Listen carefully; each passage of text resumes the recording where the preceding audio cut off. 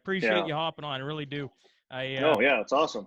When Justin gave me your email, I'm like, that'd be freaking sweet, right? I mean, all of us over here, we sit and watch you and chuckle at everything that goes on with Sportsnet and everything else, right? It's especially Yeah. being in Canada, it's a way of life, and to have a guy that's local. Well, I mean, there's a whole bunch. Hartnell's out there doing Oh, it he's now doing too, good. and yeah, Yeah, he's right. It's really awesome. He's cool. got a great personality, and he's doing really good. And obviously, I think Holtby's still playing, and I know Wade's still dabbling in hockey a little bit. I think living out in Kelowna now. So Yeah, yeah, and it was kind of cool. I seen Tanner.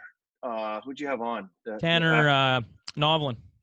Novlin, yeah. So I was from Paradise Hill, born in Lloydminster. So I was like, oh, Paradise Hill. I know that name, Novlin. Like, how do I know that? I messaged my parents today, and they're like, oh yeah, I think his dad's name is Doug, and they know the family like fairly well. And small town, right? Yeah, yeah. And they're big. Their family's big name out in Paradise Hill. So yeah, everyone knows them.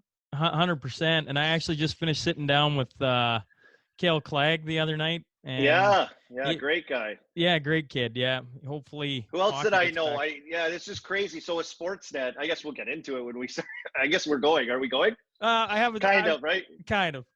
Yeah, but I doing Sportsnet now and getting involved with like junior hockey and CHL stuff and prospects games. So Cale Clegg comes across, Ty Smith comes across. You got all these young like Lloyd kids, kind of on the radar every once in a while. One flies through, but great kids. Yeah, it's been kind of cool, like chatting with them and just knowing that I'm kind of from the same place that they grew up playing. I was born there, grew up in Saskatoon, but we went back to Lloyd all the time. So, well, you're going to start to really, hear. it's cool. You're going to start to hear some different names. Bryce Kindop's from Lloyd. He just signed a deal with Anaheim. And then awesome, yeah. Brinson Pashnik is from Bonnyville, but he played midget here. He signed with San Jose. And you got Irma, the little town of Irma, which is like 45 minutes from Lloyd, maybe an hour, kind of towards Wainwright. They're just spewing talent out. So you got Carson Soucy, who's I don't know. It's crazy. I don't know. It's unbelievable. Yeah, it's unreal. Yeah, and here in Mapes, when Justin Maplethoff was on with you talking about playing hockey and combining kids from all over the place to make teams, and it's like, there's kids all over the place, full of talent in these little small towns. And they get discovered and they move on. They have to move and go play in different places, and I think it happens to all of them. But Lloyd still is a little hockey hotbed. Even since when I was young too, going to play tournaments there, they kicked our butts all the time. So it's good place to play hockey, that's for sure. And baseball too, I think you got good ball there as well. So good little place for sports. Appreciate you sitting down with me tonight. It's a pleasure to have you on. I got the opportunity to sit and watch you this morning do your little home show, whatever you guys are doing now at Sportsnet, come riding up on a horse, and you had me chuckling. So appreciate you hopping on. Yeah. No, it's got a lot of downtime right now. Things kind of obviously just halted with work and the pause with NHL. And that's what we're doing now. Exactly what you and I are doing. And they're putting it online, or they're using it to try to build content for other things. And, everyone had to kind of, adapt on the fly to what was going to happen. Like I live in Pittsburgh, so I'm sure you guys are getting all the great 80s and 90s games of the past. And, that's what we're left with right now. So, I mean, it's been a job that I've really loved doing and being involved in hockey still. And now it's just different. I'm stuck at home with my 4 kids, and I sneak away to hide and go to work and record a few things every once in a while from home. So this is the life we're in right now. I got 3 kids under 4, so I feel your pain. Yeah, you're in one. Yeah, how's being at home with 4 children full time? I have a 9-year-old boy who I got to drag him out of his room most days. He's on his Fortnite with his buddies, get him to do his homework, get him to try to do something normal. We're stuck at home. And then I got 3 daughters, so from 6, 4, and 3 years old daughters. So we're fairly busy, constantly cleaning up, dishes like crazy. Somehow laundry is like a massive thing still. We're not going anywhere, but it does keep you pretty busy. I just did some baths for some of the girls just now, so I just got down here in time to talk to you. But yeah, they're full days for sure when you're at home, and you appreciate when they get to school and how nice that little break is during the day. And well, you kind of think back, like I always complain to my mom and dad, and my dad's from Lloyd, but I complained to him. And I remember one time I was complaining about something and recently, and he started laughing. And I said, "What are you laughing about?" He goes, "Payback's a bitch." So I'm like, yeah, you got to think back to the way you were with your parents and how were you at those ages, and going through a global pandemic, being stuck at home all this time, is a lot of parents are trying to keep them busy and stay on top of things, and I'm in that boat right now. Yeah, I was doing a little bit of digging on you yesterday and then today, and I had the wife was is a teacher, and so she had some developmental course today, so she was downstairs trying to work, and I'm trying to like listen to a couple things, and I got a 4-year-old on one side, a 2-year-old on the other, and I've got the little baby trying to feed him, trying not to lose my absolute top as I try and listen to something. I'm like, I don't even know what I'm doing impossible. here. It's impossible, man. It's like you gotta find a place to hide. You gotta find a place to hide. Even for like them, like go in your room for just a bit. Like you need your own time. So I think that's been important through this as well. But I feel your pain, man. Those are tight ages with 3 kids right there with your hands full. Yeah, everyone's trying to work from home right now. It's just wild. It's just absolutely wild. So hopefully we can start digging ourselves out of this. I know here in Pennsylvania, I'll say this, we had people golfing. We opened up the golf courses finally here on Friday. And I live on a golf course out here. And just to see like people coming by and golfing is like live sports, right? So I got live sports now. It's really cool. But just to see like people moving about, like kind of some kind of normalcy starting to take over. It's like a shot of adrenaline almost. It's like life blasts in you. It's like, okay. Your engine starts ticking a little bit. So it's hopefully we can get back, to a little bit of normalcy. I know it's going to take some time, but it was nice to see people out golfing. I haven't been out yet, obviously, 4 kids. I'm screwed. They're just starting to Alberta and Saskatchewan just starting to open golf courses here in May. Nice, good. But I'll give you a nice visual. Yesterday was my birthday, and for my birthday, I got to hide away from the kids for the day. Go out in the outback of Saskatchewan with a 22, a box full of shells, and a full case of Pilsner, and shoot gophers all day. It was beautiful. There, happy birthday. Yeah, there you go. That's good for you. Well, turkey season opened up here on Saturday, so that's big here. So I'm sure there's lots of guys just waiting for turkey season to open up. And I know my father-in-law and a bunch of my buddies went out with their kids and stuff. So that's saving a lot of people's lives too, getting out there, going just sitting in the woods and calling in some turkeys. I know that people are enjoying that right now too. So we got golf and turkey season. That's big. Right on from Pittsburgh. That's awesome. Yeah. Now, with what we do here is we kind of go back over your guys' career. I know you'd mentioned listening to Mapletop, talk about the Rebels. I'm curious. So everywhere that I look, and you mentioned your dad's from Lloyd. Everywhere says you're from Lloyd. And every time I've seen you on Sportsnet where they bring that up, you kind of correct them and be like, well, kind of, but not really. So are you from Lloyd? Well, I was born in Lloyd. So the story is my dad's from Lloyd, lived in Paradise Hill, though, at the time. My dad was playing hockey out there and working on the patch, and my mom was teaching skating out in Paradise Hill. And then we moved to Ontario for like a year.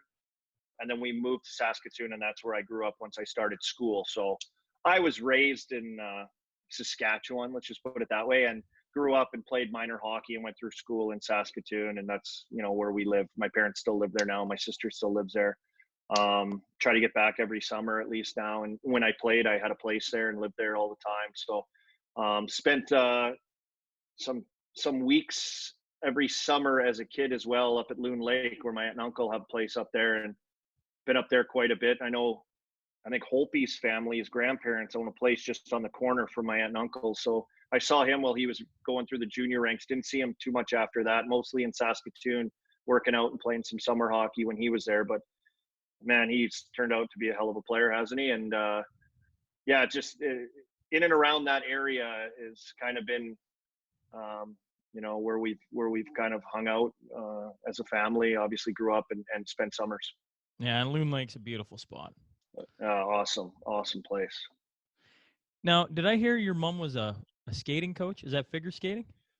Yeah, that's figure skating, and obviously got into like coaching, hockey and power skating with a lot of hockey players, and does that a lot in Saskatoon now, but mostly just a bunch of, I think, mostly just little kids right now. And she has I think a few figure skaters that are a little bit older that she still teaches and coaches. So yeah, she's been doing, I don't even know how many years she's been doing that, but well before I think she ended up in Lloydminster and then ended up in Paradise Hill, a little bit before that. So far before I was born, she's still going. She's still going in Saskatoon. She's still working and skating and bending over to talk to snot-nosed kids and picking kids up and shooing parents away. So yeah, it's still going on for her. I assume with her being a skating coach, you were on ice then at a very early age. Yeah, look, we have pictures from the old Paradise Hill rink of my sister and my brother and I just on the boards and skating in the rink with my mom and dad, and can skate out in Paradise Hill and in the carnival Paradise Hill. There's some funny pictures. And she did eventually coax me into becoming a figure skater as well. So I was doing hockey and I was doing figure skating, but it all started just kind of, I was a rink rat, I grew up at the rink with my mom, and even when we moved to Saskatoon, as I got older, summer skating school was there. All the figure skaters came in from all over the place, and they were there for a couple months all summer training and working. And I was at the rink all day, all the time, hanging out with all the figure skaters and skating like 4 times a day. It was kind of the way we grew up. Yeah, it was our life, living at the rink. A lot of small town kids can relate. I have four older siblings that all played hockey, and my sister figure skated, so we never left the rink as a kid. And even in the summer, I know I went back to Paradise Hill a few times, like just small town, right? But this happens everywhere. Like they take the ice out, and that thing's like a party machine at the rink, right? Like you hold all the carnivals, all the gatherings, all the weddings. They have it all going down in the rink, and the doors are open, and it's like come one, come all, in and out. You can go in any room you want. It's not like it's not shut down to anything. Like it's just a full community center. So I always found it like fun to get back to, when we went to Lloyd to visit my grandpa or my aunt and uncle, or go up to Paradise Hill and go to my dad's Hawks reunion or whatever it is when he played senior hockey out there. It was always fun getting back to those places and meeting all my parents' friends that they had in those days, and see how they rip it up, get the polka music going, and have a good time. Your old man used to play for the Hawks then back in the day?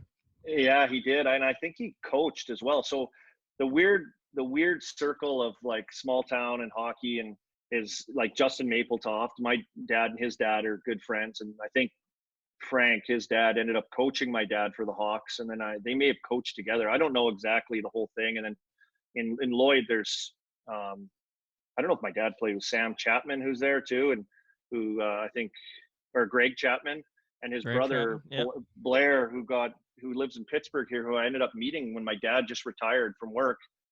And he got drafted like 2nd overall in the WHA, and the 1st overall WHA, 2nd overall NHL draft pick. And played in St. Louis and here in Pittsburgh, but played with all these guys, and like Wade Redden's old man, Gordo. And Gord. So it's like a weird small town family of hockey. And I ended up playing and winning a Memorial Cup with Justin years later, and playing against Wade, and following Wade all the way up. I thought Wade was the best, coming up through, Pee-wee, come to a hockey tournament when I was just a little kid. I'd be begging to be like their stick boy or water boy for their Pee-wee team. And I mean, he was the man as a young guy, obviously, as well. So, he's been like a favorite of mine since I've been real young, and obviously watch him get drafted as high as he did in the career that he was able to have was awesome. He's such a good guy, and still stay in touch with him now. Yeah, it's too bad and Wade probably hates hearing this. And if he's listening to this, I apologize, Wade. But they got so close to winning a cup. Oh. Like, Hillmond would have came off the freaking moorings if that would have happened. Well, with Holtby, when Holtby won, when they had the cup out in Lashburn, it was unbelievable how many people went out there. It was unbelievable. Yeah. They got a mural painted on them on the train crossing. And they got this big, beautiful mural of them painted now. And you're like, yeah, it's funny because like you see all these kids now that go away to these like academies and all this stuff, and they take off or they have to move, or just different circumstances. The game's kind of different now, but I mean, it does take it takes like a town to raise a guy. It's not just the parents, because I was getting picked up. My parents could, we weren't well off. It's hard, to get ice and to get to practices where your parents are working and to make it happen. So, those guys on your teams and in those communities and everyone that supports you, and, the one kid to maybe come out of those small towns, they're pretty, your community is pretty behind you as probably being the greatest hockey player to ever play. And, it showed when I saw some of the video and the lines that, for Holtby and other guys that bring cups back to their small towns or the places where they're from, and, want to show it off to their friends and family and their community. That's what it's all about, man. And, it's why I always loved getting home in the summer when I was away, because it was always great just to get back to like where I'm from, get back to Saskatchewan and see it and feel it and chat with the people. And that's why we ended up in Pittsburgh, actually. Just the people here just remind me a lot of being back home. My wife's from Pennsylvania, but just like, that's what it's all about. It's comfortable. And that's the way Saskatchewan people make you feel. And you see it in those small towns. It's awesome. What do I got? A visitor? You got a visitor. I'm working here. You got to go. Sorry, honey. That's my second oldest. That's Sorry, awesome. Mila. Your daughter's name's Mila? Mila, yeah. Our daughter's name's Mila. That's small world. Yeah, we got a Cruz, a Mila, a Liv, and a Lucy. That's our crew. That's awesome. That right there just made my day. My wife literally sent me today a guy on like NBC or whatever. He's sitting there talking and he's trying to give like a this complicated answer, and all of a sudden you see like a 2-year-old come walking in and he's like, I apologize.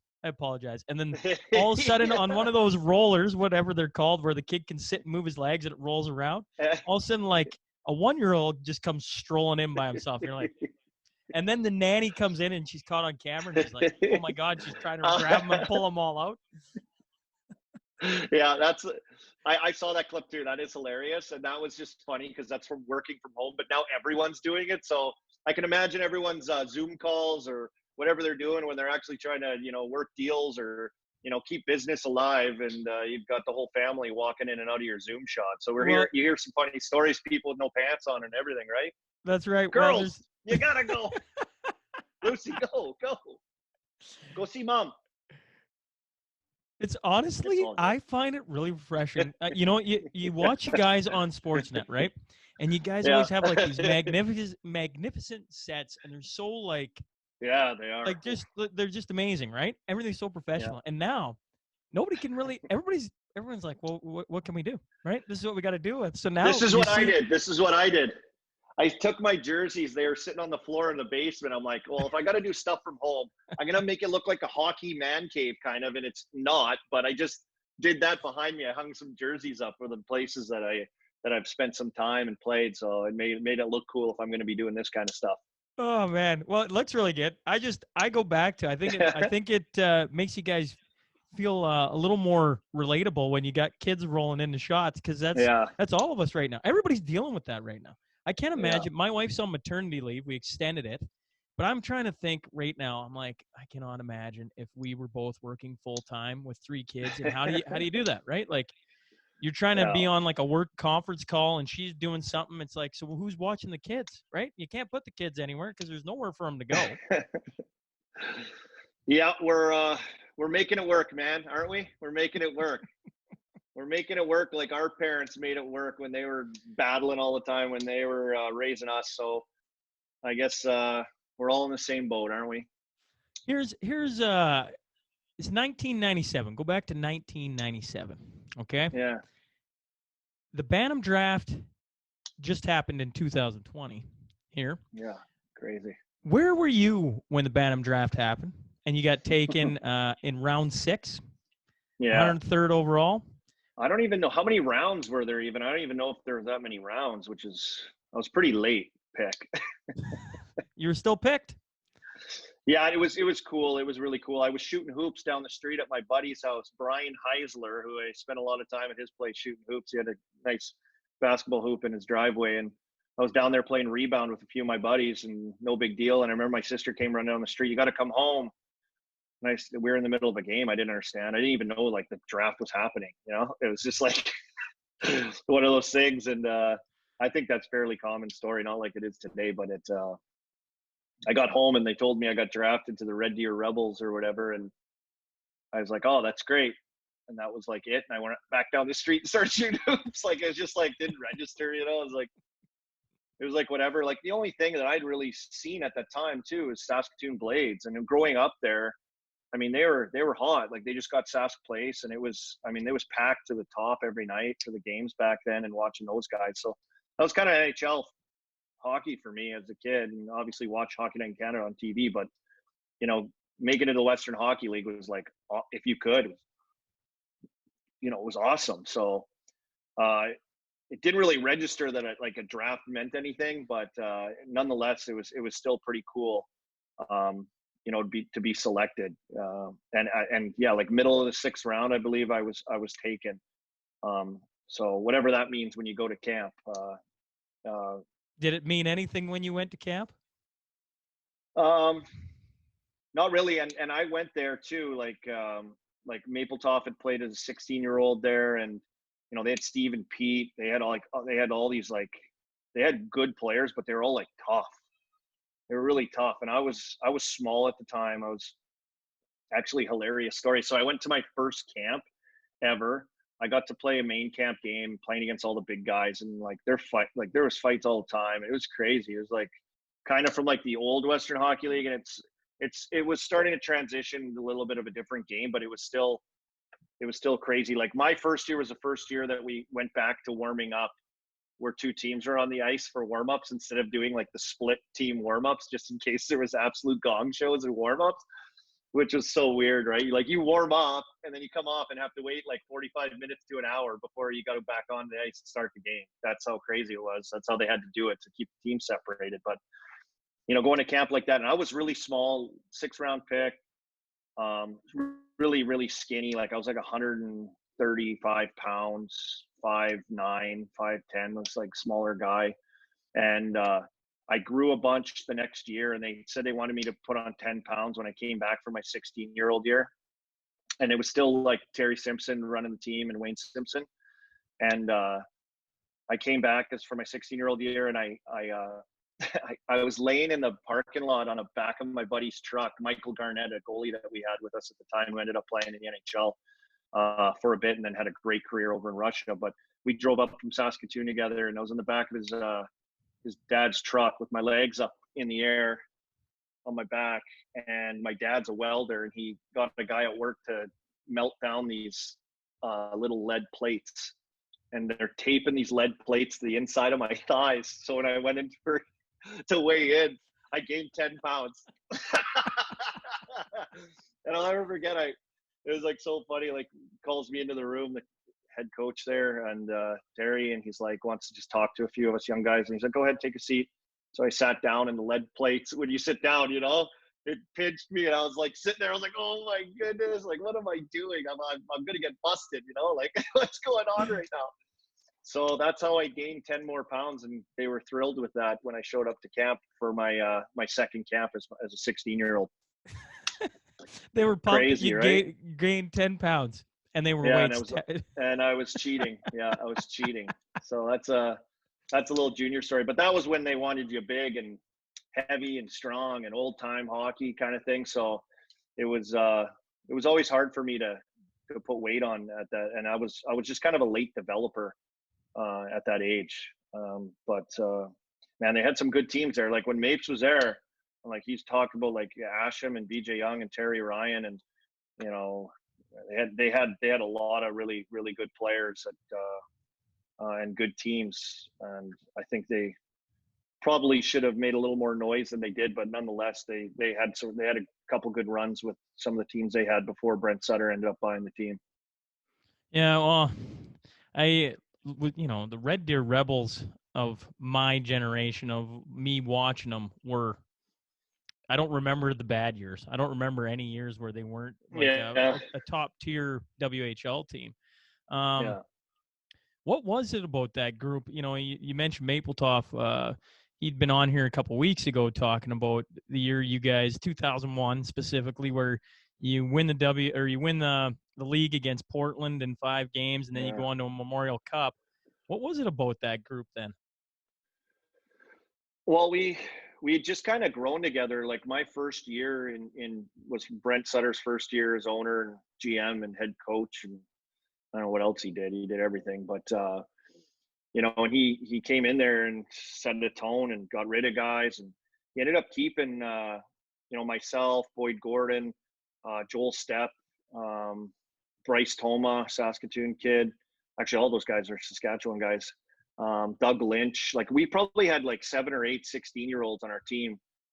Jeff Wojciechowski, another guy that undrafted and made the team, and he's a hell of a player. He was unbelievable for us, and he ended up kind of designing and picking his own guys. We had some older guys that he was really hard on, and really pushed them hard. And if they didn't want to buy in, he just got rid of them. And I think that's where he ended up just saying, I'll keep these young guys. They're going to play hard for me. And I mean, he had us going like machines, man. Well, since we were 16, like we were machines. And you turn that over to the next year after we won. Just for example, Dion Phaneuf comes in, Colin Fraser comes in, Cam Ward came in. Like we had good players. Yeah, they're all 3 were really good 16-year-old players for us the next year. But I mean, they were machines too. Like those guys were absolute machines. And Sutsy had the plan. Sutsy told us this is the way it's going to be, and let's do it. And all those guys did it, and we had good teams every year that I was there. We were really good. That the first year he took over, we had a lot of young guys, and we cracked the playoffs, and we lost to Kootenay in the first round, who went to the Memorial Cup that year. But that was like kind of our first taste of making the playoffs and going, man, like we're going to be good next year. Like we had a feeling we were going to be good. Just the way we played, just the guys that we had, the good veteran guys that we had sticking around for the next year as well. And then a couple trades that put us over the top, and getting Martin Erat was huge, and Kyle Wanbig, which was big the next year for us. And, that just put us over the top. But I think the one thing we always hung our hat on is that we could play any way you wanted to play at that time. And we played again, like there was a lot of good teams, and, but we could wear you out. Like in a 7-game series, like no way we were going to lose a series, like 7 games, just the way we played as a group. And, our mentality, and the season was unbelievable. Like we won a ton of games. It was awesome. And we were ranked like number 1 in the country all year long.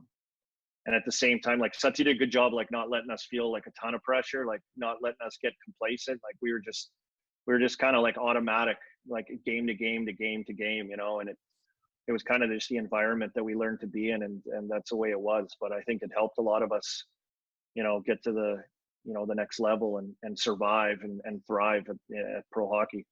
Well, you had a pro hockey guy leading the way with a Brent Sutter, right? Like he takes over the team. It almost tells a guy how much impact a good leader or a great leader can have on an organization.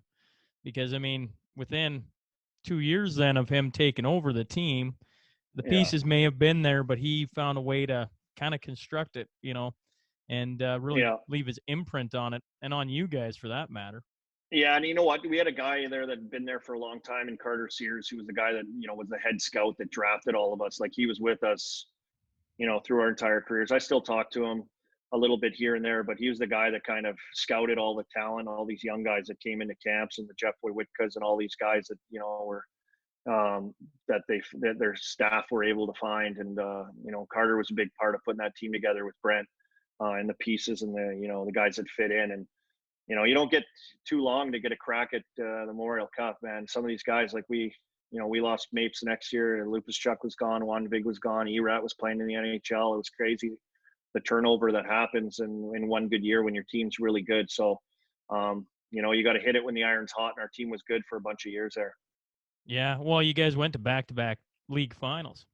Yeah. Yeah, yeah. And that last one was a killer. I was so upset about that one. We lost, I think, every game to Kootenay the next year after we won in overtime. Duncan Milroy like buried us with a big OT winner in the one game and in Kootenay, and I thought we were going to win back-to-back Memorial Cups. We were that good, even though we had lost a bunch of key players. But yeah, that was heartbreaking for us. But yeah, they seem to continue to turn it out. Because I remember my first year pro, like turning on Shaw Cable, I think, when you get junior games, Yeah. And it was like the Western Hockey League finals again. And next year it was like Matt Ellis and all these other guys are playing against Kelowna in the final again the next year. And I was like, man, they're like 3 years in a row from when we were there. They're continuing to pump players in and fill holes and have good teams. So yeah, it was a fun run. Great place to play junior hockey. I loved it there. It wasn't too big of a place, and the travel was mint.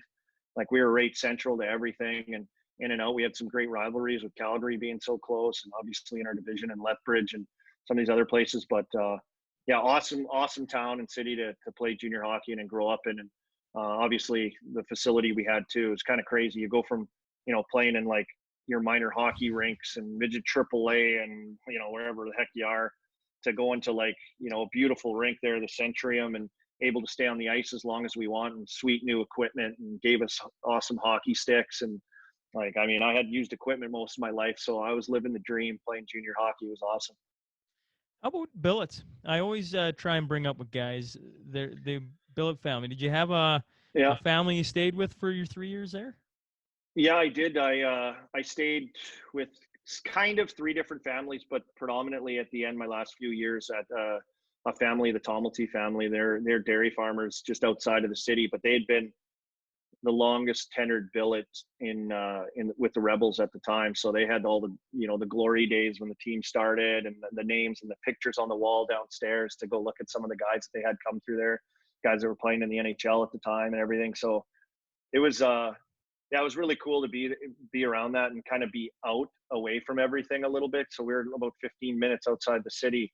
Get a fresh jug of milk in the fridge every morning when Neil went and picked it up and brought it in after he was working. He was always up and he was always going. He was working. And when I had a kind of a cheat code at the time. Like everyone watches video now like crazy. But Neil Tomelty, my billet dad there, he was a team videographer. So he had like a little camcorder that he would video all the games, make copies onto VHS tapes, give one to the Rebels, and then give one to, I think, to the visiting team, is how they ran it back in the day. And then he'd bring it in, like the raw tape was still in like the camcorder bag. So like after every single game, I'd sit in the basement, I'd hook like the whatever those cords are, like they're yellow, I'd hook it into the thing, and I'd sit there, and I had a little camcorder by me, and I'd just hit like fast forward to my shift and then watch my shift, then fast forward, and I'd watch like the whole game. So every shift. What did you learn from that? I don't know. I just see what I could have done different and see what I could have seen differently, maybe, because it's like totally different, right? Like maybe you have more time than you think, or you should have went, took the puck out this way instead. You would have lost a guy, or how to gain ice. It's just like interesting to me to see how plays develop from, this is like a bird's eye view camera. So you get to, like, you're sitting in the press box watching yourself. So it was a great, learning tool for me at the time. And video wasn't like huge, back in those days in junior hockey anyway. We watched a little bit of video and went over it, but not like a ton. But for me to just be able to sit there and watch it and see that, that's kind of a good way for me to learn. Like I'm a visual guy. Like I do a lot better with seeing stuff, and seeing it being done. And then I can think about, ways to have done it better in my head, and like a puzzle almost. And, it was great for me to learn. And just, I had it right there in my basement. When he brought the camcorder bag home, I just take it right downstairs and do my homework. It's crazy to me, or interesting to me, that at a young age, you were putting in the extra hours of watching yourself. I'm just thinking back when I played junior, I was like, after a game, I just needed to decompress for a bit. Yeah, I know. Like I did previously, like I didn't even think about it, but it was just there. And I was like, I started doing it, and I enjoyed it. I liked it. I liked breaking it down. I like seeing different things. I like seeing when I did really good, or if I scored a couple goals that game, I'd go watch and see what I did. I don't know. It's kind of weird. Probably fast forward to the goal part, eh? Yeah, fast forward to the goal part and see how awesome I was. Yeah, but it was yeah, it was interesting why I did it almost every game. I would do that, and it's kind of a way, I guess, my way of decompressing, but my way of kind of, you know, figuring it out a little bit mentally on what things I can do or things that work a little bit better. Yeah, we used to watch quite a bit of game tape, and I hated my shifts because as a defenseman, small little defenseman, I thought I was moving my feet all the time, and the video Yeah. always showed I stood around an awful lot. It Yeah, drove the me video nuts. never lies, man. The Oh video man, never lies. You know, many times when I was in the NHL and I couldn't sleep the night after a game because I was dreading, like knowing that I definitely was going to be on video the next day.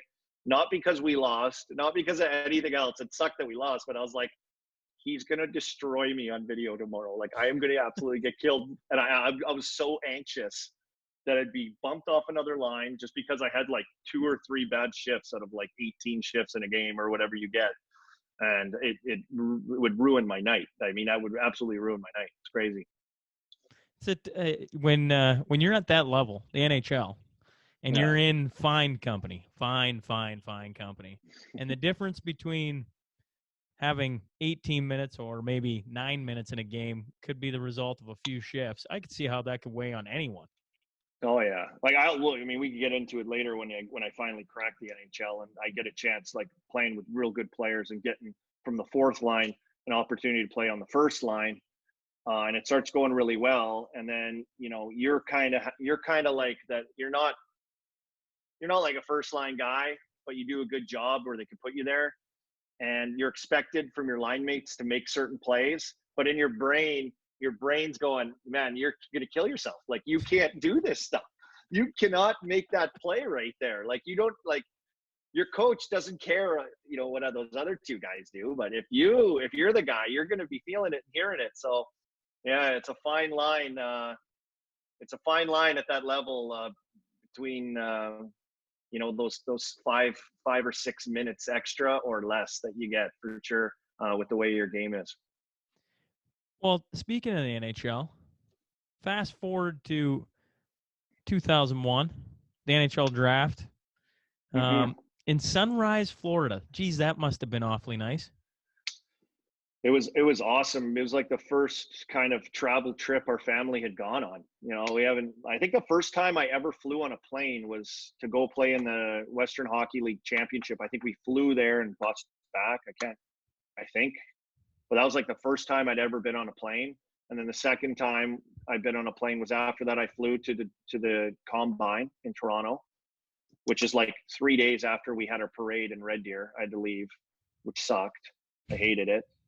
And then the next time with my family. So I started flying quite a bit after we, you know, hockey started flying me places, which was pretty cool. But yeah, like you just mentioned, like 6th round pick in the Bantam draft, and flash forward a few years later, I'm in Sunrise, Florida, hearing my name called at the NHL draft in the 1st round, which is like, you know, pretty crazy feeling, just absolutely wild feeling. And did you have any Pittsburgh, thought, of course, as well. Were you expecting to go in the 1st round? I kind of was. Like, our team was really good, and you just come off winning we just came off winning a Memorial Cup. We had all eyes on us. We had a really good team. We had you know, surrounding cast really good. I got to play like up and down the lineup all year long in different roles. So, you know, it's pretty central base for scouts as well. A lot of NHL scouts in Calgary, and we're just down the road in Red Deer, played Calgary a ton. So we got in and out of there a lot. And, you know, I think we had a lot of eyes on us, obviously being first in the country almost all year and winning. So that had a lot to do with it. You know, that had a lot to do with, you know, people getting a look at me a lot more. But the rankings all year long, like played the prospects game, and like kind of the rankings kind of kept coming out in the hockey news or whatever. And I mean, at the time, we didn't have like internet, like, you know, at the prospects game, I saw Jason Spezza in the hockey news, but to actually see him with your own eyes in real life and like see what he was, because it was like all the talk, he's on, you know, in the CHL section of hockey news like every week. So, you know, everything was just kind of new. We didn't really know what to expect, and even all the way up into going to the draft, like, you never know what's going to happen, but I had an idea I was going to be a 1st round pick. How did back then, was it a similar combine to what they do now, where they bring all the top prospects in, or were you in line around where Wade and them got flown out to specific teams? Yeah, no, I didn't do that. I went into Toronto. We put us up at a hotel. Um, you go around, they give you a list of which teams want to meet with you. And I remember looking at my list. I think I had like 22 or 26 teams that wanted to meet me. So I was like, holy cripes, in 2 days, I got to meet with all these teams. And like, my schedule was crazy. Like, I didn't eat lunch one day. It was just like room to room to room, wait in the line, get in another room. So it was pretty nuts. And all at the same time doing the fitness testing. The fitness testing was hilarious though. I yacked so hard on the Wingate test, and like we were just like won the Memorial Cup, so the party was on pretty good. And I remember walking in there, and they didn't have like the tight fitting cool stuff that they have now, like how everything's like kind of spandexy. Yeah. It was like the old like Walmart like muscle shirt, and like the NHL logo with like some number on it or something. I just remember like I was so skinny, like my shoulder kept falling off. I kept having to like pull it back up. I was just so young and skinny. And then I got down to do the bench press, and I'm like, the guy's like standing over me. I pull it down once. I get it up. I put it down again. He goes, come on. I go, I'm done. I'm good. Like, it was like one plate aside. I was like, come on. You should be able to do better than that. But I just finished playing. Like, I think it was like 100 and some games that year, counting preseason. And there was like nothing left of me. There's nothing left of me. So it was the little strength that I had was literally just put into skating and playing hockey, nothing in the weight room. So it was quite the funny fitness test I had. Yeah. Wasn't very impressive. How unreal was it though to look at your schedule and go, I'm going to the Maple Leafs, the Oilers. Yeah. I don't know. Awesome. The Oilers was awesome. I thought I was going to get drafted to the Oilers, and they took Hemsky, I think. I mean, that would have been really high, but I just had a really good interview with them, and going in that room was crazy. Like, you're talking like all the guys that you hear about, like Semenko, all those guys, Lowe, like everyone's in there.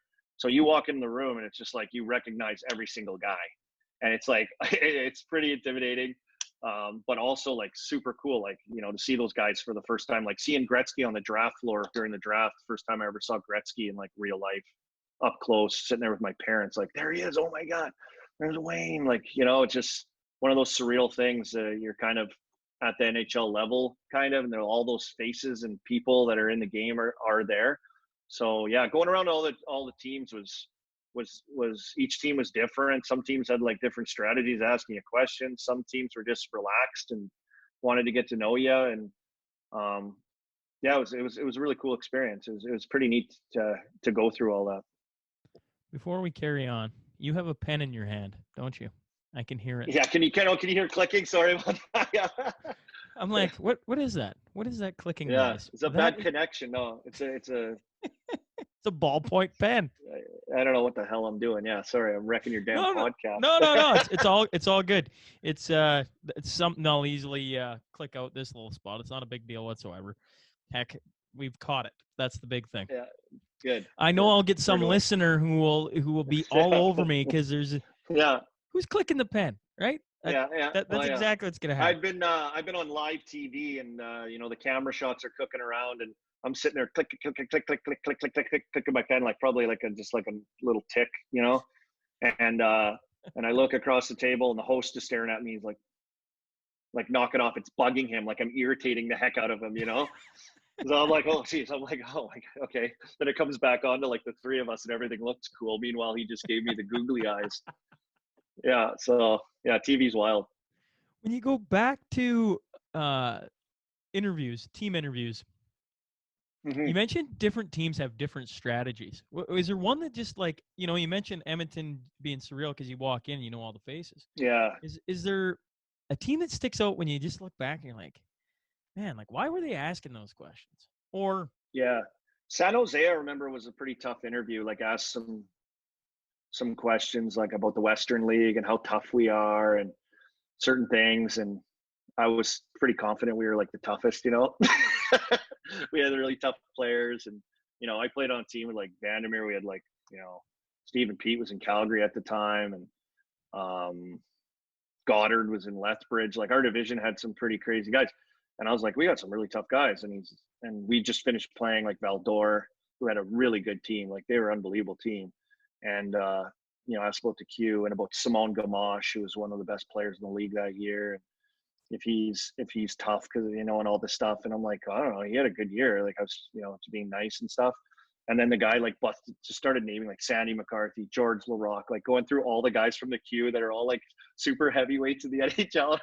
I was just like, oh my God, he'd like set me up and then just roasted me with actual facts of like super tough guys. I was like, oh, I just remember being like, why is he asking me this? Like, I'm not even a good fighter. Like, I don't know what's going on right now. But I remember like even some of the teams that were picking like way higher than like my selected spot kind of thing, like in my range of where I thought I might go. I remember one time, like Florida, I think it was Florida. They're like, you think you're going to be a first round pick? I'm like, yeah, I think so. And they're like, well, we're picking like, I don't know where they pick pretty high. So like, if you're going to be later, like, what's the point? Why are you here? And I'm like, well, you might as well take me second overall, boys. Like I remember answering like that. Like, that's why I'm here. Let's go. Yeah, I remember saying that. They started laughing, So I think they just wanted, it's always good, I think, for them to kind of, there's always trades to be had. And, like look at Wade drafted wherever he was. And then he flipped over to Ottawa right away. So, there's always things that happen. They want to get to know players. It's a good excuse to meet players and see them. And I think they're always kind of doing their homework on certain guys. Well, and look at your career in general. You start off with one team, but there's very few people in all of pro sports anymore that last the test of time with one single team. It almost is, Tom Brady. Here's a guy I thought was going nowhere, and now is a Tampa Bay Buccaneer. I know. Isn't it wild? Yeah. And even more so now, I think, with the salary cap. And, you get those guys that, get those big 8-year contracts, and they're like the core group guys and the guys that settle in there. But, I think, even when those are said and done, a lot of them those guys find their ways somewhere else. So, yeah, it's not, you don't get the heart and soul core third line guy that sticks around for 20 years in a certain team or 15-year career anymore. Those guys are always bombing around, finding jobs everywhere. Yeah, doing what they can, right? Like, yeah, trying to stay alive, find a spot, find somewhere that fits for the right money so that you can, grind it out and they don't replace you with a young kid that makes league minimum or whatever is on his entry level contract. And they're all pretty darn good, these young kids now. So, you're constantly searching for a job almost every few years. It seemed like down at the end of my career. What did Pittsburgh's interview with you go like? Like, did you have a sense that they might take you? No, like totally not. Like they were like relaxed. Like Greg Malone was in there, who was a head scout at the time, ex-player, and I ended up playing with his son Ryan Malone for a bunch of years in Pittsburgh. But and Eddie Johnston, who was the guy that drafted Mario Lemieux and coached, and now I sit beside him at every Penguins game when I'm home here up in the press box. We sit next to each other. I love the guy, great sitting with him. But they were the two guys in the interview, and I remember the interview actually because it was so relaxed. They had told me I was wearing like the one suit I had that Brent Sutter bought our entire team, got like a deal. We all had matching like suits. You did not. Yeah, we did. It was hilarious. And I thought it was awesome though. Like I wore it all the time. We always wore it. And so I wore it to this. It's like the only suit I had, So they're like, take off your jacket, relax. And I'm like, no, I'm good. And I remember like Greg Malone was like, oh, come on, take it off. And he like helped me take my coat off. And I just remember my back was like soaking wet. I was so sweating. I was so nervous. Just my back. He's like, holy smokes, man, your back is soaking wet. I'm like, yeah, I know. Like, that's why I wanted to keep my coat on. Like, I figure it out. And then like, they were just kind of like chilling in chairs in the hotel room watching TV. And I just sat down. They were just like, had a nice little chat with them, like totally casual, like really comfortable and nice. And I was so like it was like totally off my radar when I did get drafted by them, but I was so glad I got to come. Well, the way it worked out, right? But I was so glad I was part of this organization. I loved it here, even my time in the minors as well. That's your draft jersey, I assume, then hanging on the wall? Yeah. Where's it there? Yeah, that's the one that they gave me when I went up on the stage and drafted, and my mom got it framed for me. So it's really cool. I love the retros. right? Like Yeah, you yeah. don't. It's not even that long ago, I swear. And it just No, it's not. those are that's a sweet uni. Yeah, it is really. It was really cool, and obviously, like, you get drafted. Mario Lemieux's kicking around there. It's pretty exciting feeling. And I had one buddy of all my friends, because all my buddies are Oilers fans. Most of them, I got a few Leaf fans here and there, but mostly everyone's a big Oiler, like hardcore Oiler fan. I had one Pittsburgh Penguin, like Mario Lemieux, hardcore buddy that was the first guy like I thought of when I got drafted by them. So he like lifelong Mario Lemieux Penguins fan. So it was like, it was just really exciting to go to a team, obviously, with like guys like him that were there. And then I got to go and see all the other guys that they had. It was crazy. Was Lemieux on the stage when you went up? Geez, I'm trying to remember. I don't remember. I don't think he was. No, I think it was, like Greg Malone and Eddie Johnston and Craig Patrick, the GM at the time. I think those guys were just up there with me. I don't think Mario was there at the time. He was still playing. True. Yeah, yeah. What was the first training camp like when you go to Pittsburgh and that man's on the ice? Yeah, like something about him, and like I talked about seeing Wayne at the draft. There's something about those like great players or guys. Like he's huge. He's like 6'5", 6'6", just without skates on, like a monster of a guy. But some like just like those kind of guys like walk in the room and they leave your like jaw open, kind of just look at him like you can't say anything. He has that about him, and it.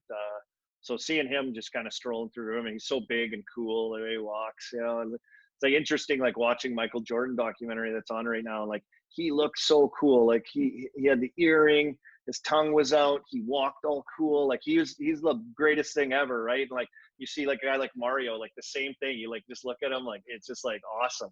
It was awesome. Then you see him on the ice and he's like huge and he's like looks like he's just like floating and he's flying. He's just so smooth and big that it was just so different to see those guys. But it's like him, Straka, Kovalev, Lang, Kasparaitis, Morozov at the time. Like they had like really skilled, really, really good team and a lot of really good players. So for me to come in and see these guys at camp and the way that they could skate and play and think and, how big and strong they were, I was like, what am I doing here? I remember a few years later, when I was actually, guys started knowing me around camp a little bit, trying out and coming to camps and in the organization. And like the trainers are like laughing. They're like, man, I remember your first camp a few years ago. We thought you were like one of the other helper trainers' kids, like in here to fold towels, because I was so skinny and small. They're like, no way, this guy's our first round pick. Like, get out of here. What did you do then to change that? I'm assuming they got you on weight training like nobody's business. Yeah, and I mean, it wasn't super big even at the time, like in the early 2000s there when I was coming up, like the weight training and stuff, but it changed like overnight and boom, you had to like adapt and find a trainer and get working out. So yeah, I was just always just kind of like a late developer. I think I just was a tall, skinny guy at the time, and it took a long time before I kind of became comfortable with like my size. And I'll tell you one thing though, like with my like skating background and figure skating and my edge work and my strength and sturdiness on my skates, I was popping a lot of big guys down back in the day. When I was playing, just the way I played too, like the way I grew up playing, like hard nosed kind of style hockey. And, my size wasn't like a factor at all. Maybe if the gloves came off, it was a factor. Guys were way like, I'd grab onto guys. I'd be like, oh no, like right off the bat, you could just feel how strong they are. I'm like, oh my God, no. But when I was going to the corner with a guy, like I handled myself fairly well physically with bigger guys. I saw a video today with children crawling all over me of you from your first pro game in the A. Oh yeah, and that's crazy. And you put up 2 Genos that game. Yeah. What I was curious about was on the board, there's 3 or 4 rookies that go up and write a number above their name, and it was a money amount, and I couldn't figure out what they were doing there. Do you remember what you guys were doing? It's like guys can just do that randomly, and we usually have like a team pot that we put it into, and we use it to like fund like a team party or dinner, or get the the wives and girlfriends and team together and do something. And it pays for catered food. So it's kind of like a team allowance, and you can just put money on the board. I didn't know what it was until I got there either. So you saw my first time doing it. I didn't know what the heck I was doing. And yeah, really cool thing, actually. They followed our team around that entire season with cameras and filmed the whole season. So it was like a reality TV show with our team. And here I am, like 19 years old in pro hockey, my first year. I don't know what the heck I'm doing. It's hilarious to look back at it, because I'm wearing some of the worst clothes ever, but just hilarious to look back at, like, just how dumb I am, just how absolutely dumb I am. I have no clue what's going on. Green. Okay, great. I was very green. I had no clue what's going on. And, there's guys that have been playing, like, in the minors for like 12 years that were on my team. Like, I'm talking like grizzled veteran guys that are like, I'm this long curly haired kid from Saskatchewan. They're looking at you like fresh meat. Oh yeah. So yeah, you got to put money on the board. If we win the game, it goes into the fund. You got to pay it, and guy keeps track of it. If you're late for practice, or if you wear the wrong clothes, you get $100 fine or something. It all goes into that. Kind of like our own team run little fund that we keep, that we can tip trainers, or have team dinners or things like that. So that's what that went towards. And yeah, I had a good first night, my first pro game. Cranked the junior visor off, and away I went, and got a couple goals. Yeah. What was the jump from junior to like professional hockey? How big of a jump was that, or was it a big jump for you? Yeah, it was. I mean, I guess just like the preparation of every guy you get to see, and obviously certain guys on your team stand out more than others with what they do, and you're starting to kind of, and I think kids do it now much sooner. Like, these guys, have a much better understanding of what the next level is going to be like, and, individually their preparation, or what it's going to take, and what you have to do. And I just, I had, my own thing, but I was like a junior kid, I was just a kid.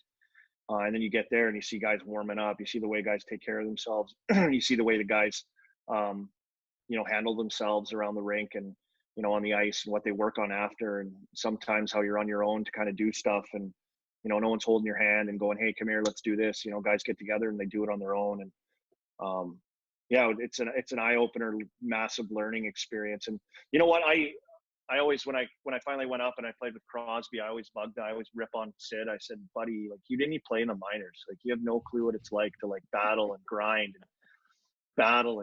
and like learn and like play guys. You never even heard of some of these guys that I had to play against that were savages. They're just crazy. You came right to the NHL, just skipped a whole great step of hockey, of playing in the minors and learning and developing. And turns out he's pretty darn good, though. But maybe just a little bit. I love my time in the minors, though. Like, and I was appreciative of it. And I know everyone's always in a big rush. And I always, of course, wanted to I didn't get a game until I got called up. I didn't get called up once. Due to several reasons. Maybe I wasn't ready, and also the team was going through some financial issues at the time here in Pittsburgh, which is a whole nother beast with bankruptcy and, rumors of the team moving, and, there's a lot of crazy stuff going on. And so we had a pretty good stockpiled young team in Wilkes-Barre, and we had some good teams as well. So I went from Red Deer to learning how to be a pro, to stockpiling, tons of players down in the minors. And, we had some really great teams there as well, had some good Calder Cup runs, and lots of fun in the minors. Well, you just hammered off about 20 things that I got to follow up on now.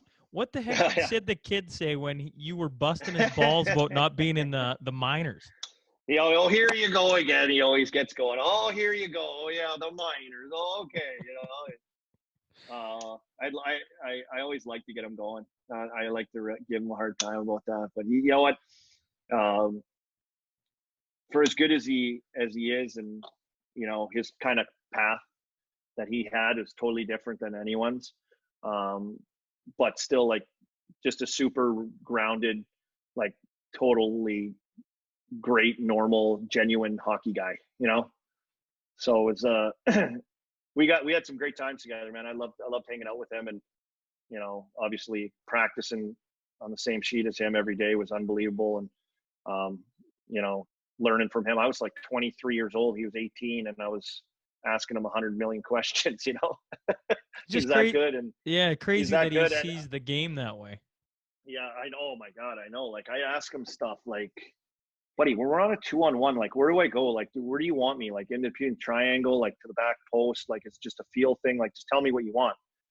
And he's like, man, just get off the back of his heels. And I'm like, what? And he's like, I'll just pass it by his heels, because like he can't move his foot back. It's hard for a defenseman to like move his foot. Like, he can move his foot forward and block it, but it's harder for them to like, when they're backing up, to like move his foot. And it's just like a little thing that like he just did, you know, just asking them questions. But and understood it as an 18-year-old. Oh, like seeing stuff like that though, like seeing stuff like that and understanding that. Yeah, as an 18-year-old coming into the NHL, I was just like, those like the little fine details of understanding where everyone is on the ice, like all the time in the corner, no look back through 6 layers of defenders and players, and to the far side D-man coming down, pinching down to the back door, and just right on his tape, like perfect, like out of traffic, out of a pile with guys on him. But he has like a sense of where everyone is, and he always has like outs no matter what, because he sees it, no one else does. Like, even now I get to go to games. I work here, do Penguins games on TV and radio, and I sit up in the press box, and I'm sitting up there now watching him, and he's doing stuff that I didn't even see in the press box. I'm like, how? There's no way he knew that guy was there. Like, that had to be like a just like a hope play, you know, like he just threw it to that area. But like, it's not like he sees it all. It's crazy. I don't know how he does it. How many more years can he play at that top level? Yeah, what is he now? How old is he now? 33? I don't know. Yeah, he's got how many years left on his deal just to be at the top level? I don't know. It's kind of funny talking to him. We used to kick us off the ice. I mean, back in those days when we were just young, but he turns 33 in later this year, August. Yeah. Yeah, he'll play out this contract, and then it takes until he's probably, I think, 37 years old maybe. And then I don't know, he could probably squeak a few more years out of his body. We'll see how he is, but he takes real good care of himself, man. Like, he's dedicated to hockey, I'm telling you. So, but like, you know, he manages his body so well now. Like I was saying, like optional skates, practices, like he's out there all the time now. Some mornings, if I feel ambitious, I get down to go watch a morning skate, and it's optional. Most of the teams now are just optional. He's hardly out there now anymore. He doesn't go out for optional. I always bug him, like, you ain't going the optional. Like, what's wrong with you? He's like, I'm getting old, man. I'm getting old. So yeah, you got to take care of yourself, and he sure knows how to manage his. He's probably got a team around him making sure. Yeah, he knows how to manage himself through a game. He knows how to manage himself through a season with practices, and through a season with his games and stuff too. So, you know, you become pretty wily on when to crank it up and when to dial it down. And, 82 games is a tough schedule on your body, and, mentally and physically every single season to be at your best. And I think that's probably the biggest thing for me, is watching the good players in our game, the great players, and how they're good. So they get good opportunity to put up numbers and stuff, but just how consistently good and dominant they are every single year, because everyone's watching your video. Everyone knows what you do. Everyone knows how you play. Everyone knows the matchup going in the game. Everyone knows the best D-men are going to be playing against certain guys. Like, it's just like, but to put yourself in a spot when you're that good physically, also that good just with, your senses and just being that skilled and gifted of a player, but mentally the grind of an 82 game season plus playoffs, and then to regroup. And like, the Pens went back-to-back cups when I first moved back here. Like, that is an incredible grind. I lost in the first round of playoffs in the NHL the 2 times that I made it. I was covering the Penguins here, doing radio and some other stuff through the playoffs on both those runs, and I was exhausted at the end. And I wasn't even playing that. It was crazy. So what they put themselves through and how they manage it, and I think that, the best players that do it so consistently every year is unbelievable. We're going to have playoffs this year? I think we will. A lot of guys that I talk to, I think everyone's kind of saying it's just a matter of figuring it out, because I think there's so many question marks of everything right now. But and I also think like what's happening right now, like as we're sitting here talking, a week from now could be totally different, right? Like the attitudes change a little bit. People aren't as scared. Things start to loosen up. Maybe we start getting some answers on certain things. Another plan is rolled out on protocol and testing and all this stuff and how they're going to do it. I think there'll be fans in the stands? I don't think so. That's me personally, and probably most people. But I do think we see hockey games. I just think it's too hard for the league that's not making any money right now, and to roll that into next year and the ramifications of salary cap, players' contracts, and escrow is just it's massive. So I think that on top of the opportunity to finish the season, I think are just two things that I think that's why we'll see hockey. You think they're gonna do a full playoff 7-game series, or do you think they're gonna get creative in ways to shorten that?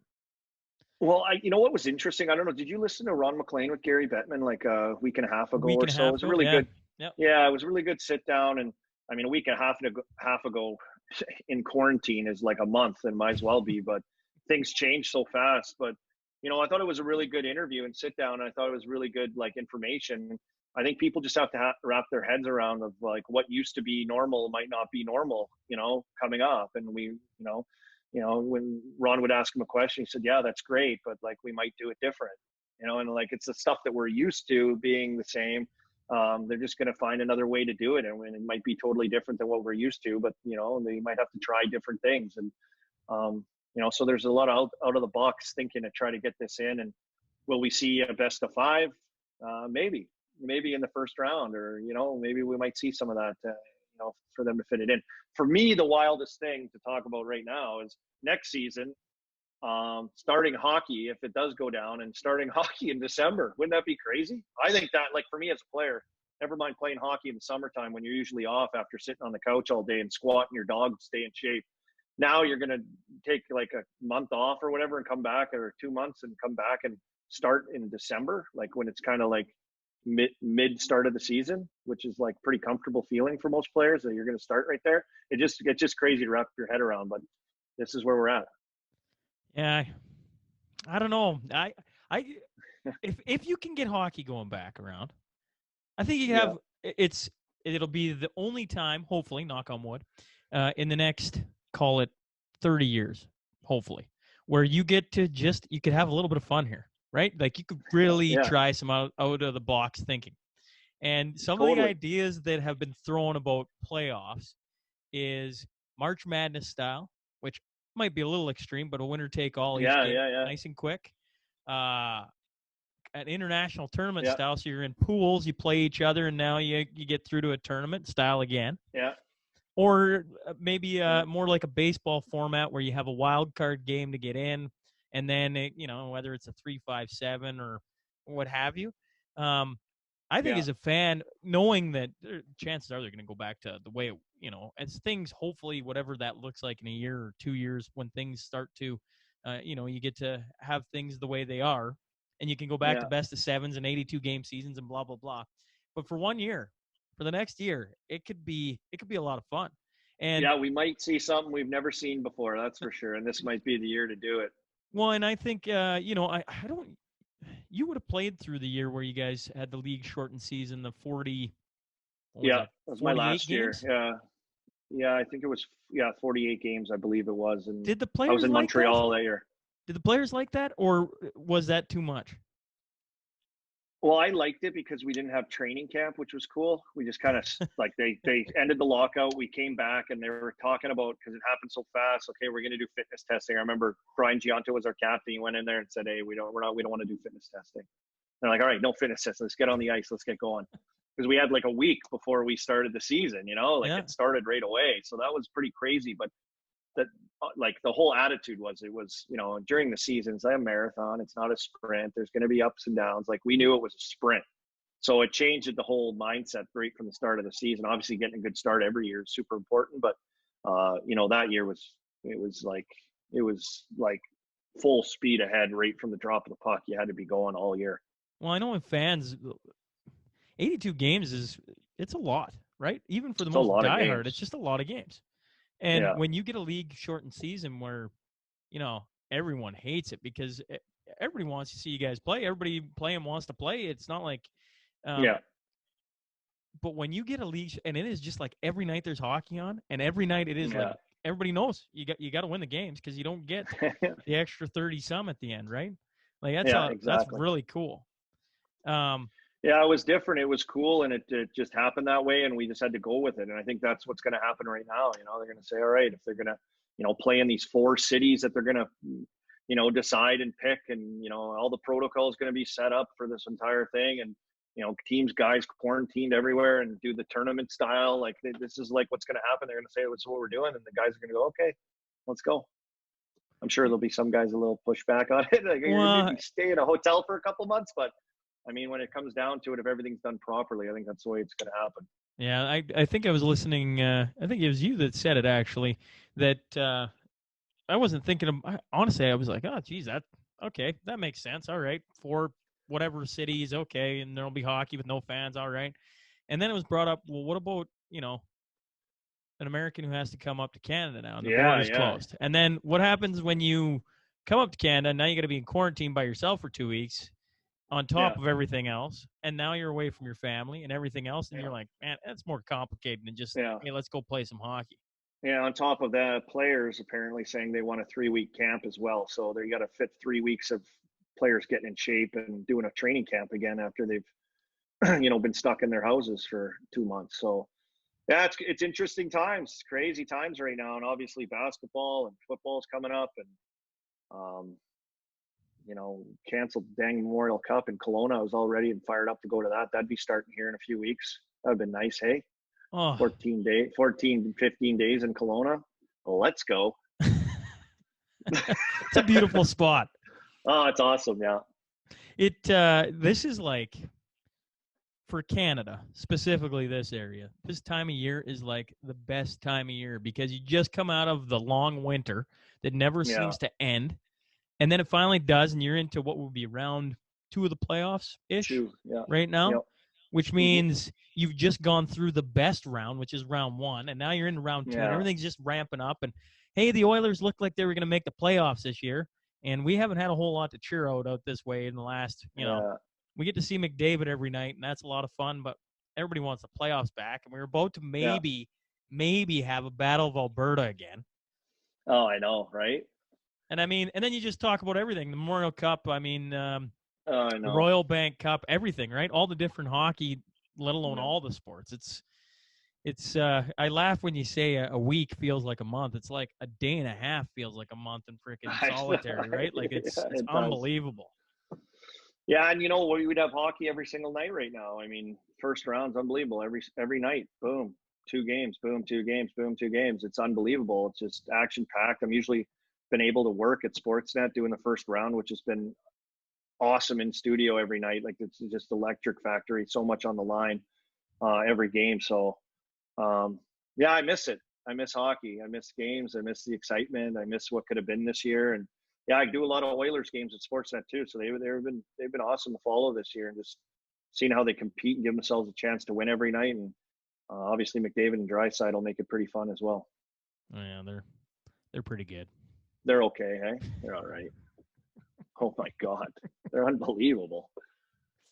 I was working the one game. What was it? Draisaitl got like 5 or 6 points.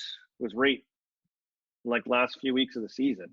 Yeah, it's like, are you kidding? Like in his sleep right now. That's how good he is. So, yeah, it would have been oil country would have been ramping up pretty good right now. Yeah. Oh, and I just think back with Draisaitl when they signed him to 8.5. And the place lost its absolute uncontrollable shit. Everybody was heads were popping off. We've just made the worst decision ever. And this year, every Oiler fan was strutting around just like, man, that was a brilliant move. He's made them look pretty good, hey? Yeah. What a bad deal Draisaitl signed. Oh, my God. Hey, what an idiot, hey? Why would he sign that? Now it's going the other way. He's been that good. He's been that good, though. Holy smokes, he's been that good. Going back to something you brought up earlier, I was actually surprised. When I suggested Sunday night recording, I was thinking, oh, that's a bad time because I know in the States they release the Last Dance, the new episodes. Yeah. Jordan, I'm like, geez, that's a dangerous time for me to suggest because in Canada it doesn't happen until tomorrow, so I got a day to. You're good, yeah. Get it. How crazy! I didn't realize, or I guess I was probably too young to realize that Pippen's contract. Oh, I know. And like, this is the stuff that we didn't know about, or like I didn't anyway as a kid, right? Like the business behind the scenes dealings that was going on with that super team. So, I think this has been like for our generation. Like, how old are you? 34. 34. Yeah, I'm 37. So like for our generation, it's like, everyone had the starter Chicago Bulls jacket and everyone had Jordan everything. And it was like, that's every kid at school. And we watch them on TV and Michael Jordan on the cereal boxes and you had Pro everything. Stars. And Pro Stars. Yeah, they're so good. And then now we get to see and we get to understand like the business and sports and putting this team together and contracts and this and that. It's been pretty cool to see actually how it's gone down, because I didn't think anything other than I thought Scottie Pippen was awesome too. Like I didn't care how much money he made when I was a kid, right? You're just going, it's like Jordan and Pippen are unbelievable. So yeah, that's kind of, they're dropping that at the absolute perfect time. Oh. Like people are getting that right now. And that's kind of been driving sports, I guess, for a lot of people to revisit, one of probably the greatest athletes mogul to ever play. It still hurts my brain that he can win 3 championships, take 18 months off, walk back in and win 3 more. Like what? Yeah, and while he was doing his real championships, like playing, he was golfing and like hanging out and like stuff that we would think that he wasn't doing. Like he was so casual and just go in and just light up 50, 60 point nights like that, like after golfing all day long. 36. Yeah, no kidding. Yeah. How tough was it? As a player, you probably felt it firsthand, all the social media, because I mean, in the beginning, well, when we were young, there just was no social media. Pretty simple. And then as time goes on, it just, it ramps up 110%, and it is a beast now. And towards the end of your career, I would think you would have started to have felt that. Yes. Yeah, I think it started becoming a thing with like, I think I got Twitter in like 2010, which was in Atlanta. I remember we were having our first kid, and I was sitting on the couch hanging out and like saw a TV show. They were talking about this, and like you and me were emailing. Like I didn't even use email until like stopped playing hockey, and now everyone at Sportsnet wants to email, and I'm like, I don't even know what do we email? Just text me, but yeah, and then Twitter and Insta, like it just kept evolving into other things and more things, and then it became like points to train young kids coming into the league on how to understand and use these different platforms. And I think it was more people were scared of it at the start of what it could be, and now it's used by players, to build their brands and do different things. So it's really evolved into an absolute beast in sports culture, really. And we're getting a good taste of it now during this quarantine, man. We're getting all everything every guy's doing at home during this quarantine, and fans are getting to see that. So, but it was different, like camera phones to cell phones to and it's everything's come a long way, and come a long way pretty fast. Yeah, the technology growth in the last 10 years has been unbelievable. Oh, crazy. Yeah, crazy. So, when you're playing in Wilkes-Barre, the AHL, you were there under Therrien? Was that the head coach? Yeah. Well, I was there when I first got there. It was Glenn Patrick. It was Craig Patrick, our GM's brother. Okay. My first year. So that was my rookie season, pro hockey in Wilkes-Barre. And then they fired him and brought in Michel Therrien, who had just been fired by Montreal, I believe, at the time, the year before. And then I had him there, for 3 years, and 3 continued in Pittsburgh, another few years in Pittsburgh.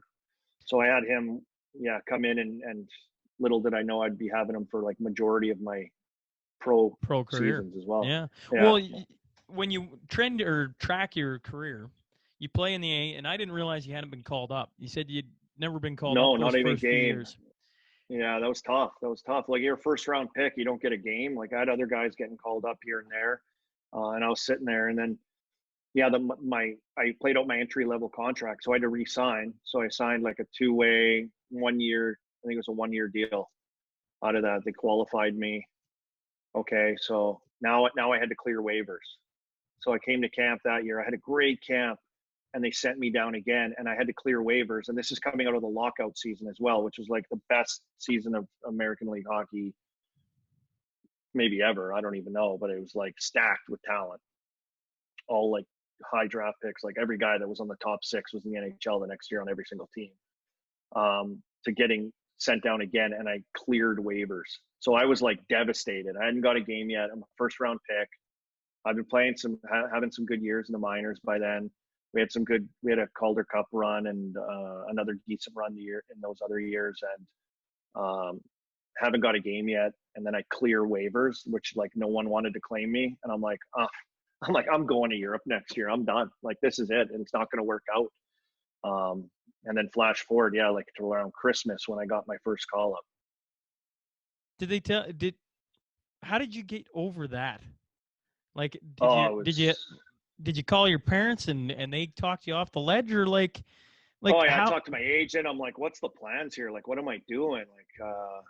Like, talking to teammates, like, what's going on? And I mean, no one was really getting called up from our team at the time, though. Like, we had a really good crop in the minors. Like, you look at, those Detroit teams that you talk about that, they develop their guys and really season them down in the minors before guys get, their eventual call up, and they get plugged into a certain spot that fits. And then they've been groomed to be that guy to come up after 3 years. And this is the plan. So I don't know if it was necessarily the plan in Pittsburgh, but financially it was at the time. And then going into that camp where I cleared waivers, that's the summer that we drafted Sidney Crosby, and kind of everything kind of changed after that. Like, Michel Therrien was my coach in Wilkes-Barre at the time. Came down, we won like 22 games in a row. We hadn't lost a game all year. We were that good. And Pittsburgh was kind of floundering, and they had a bunch of guys.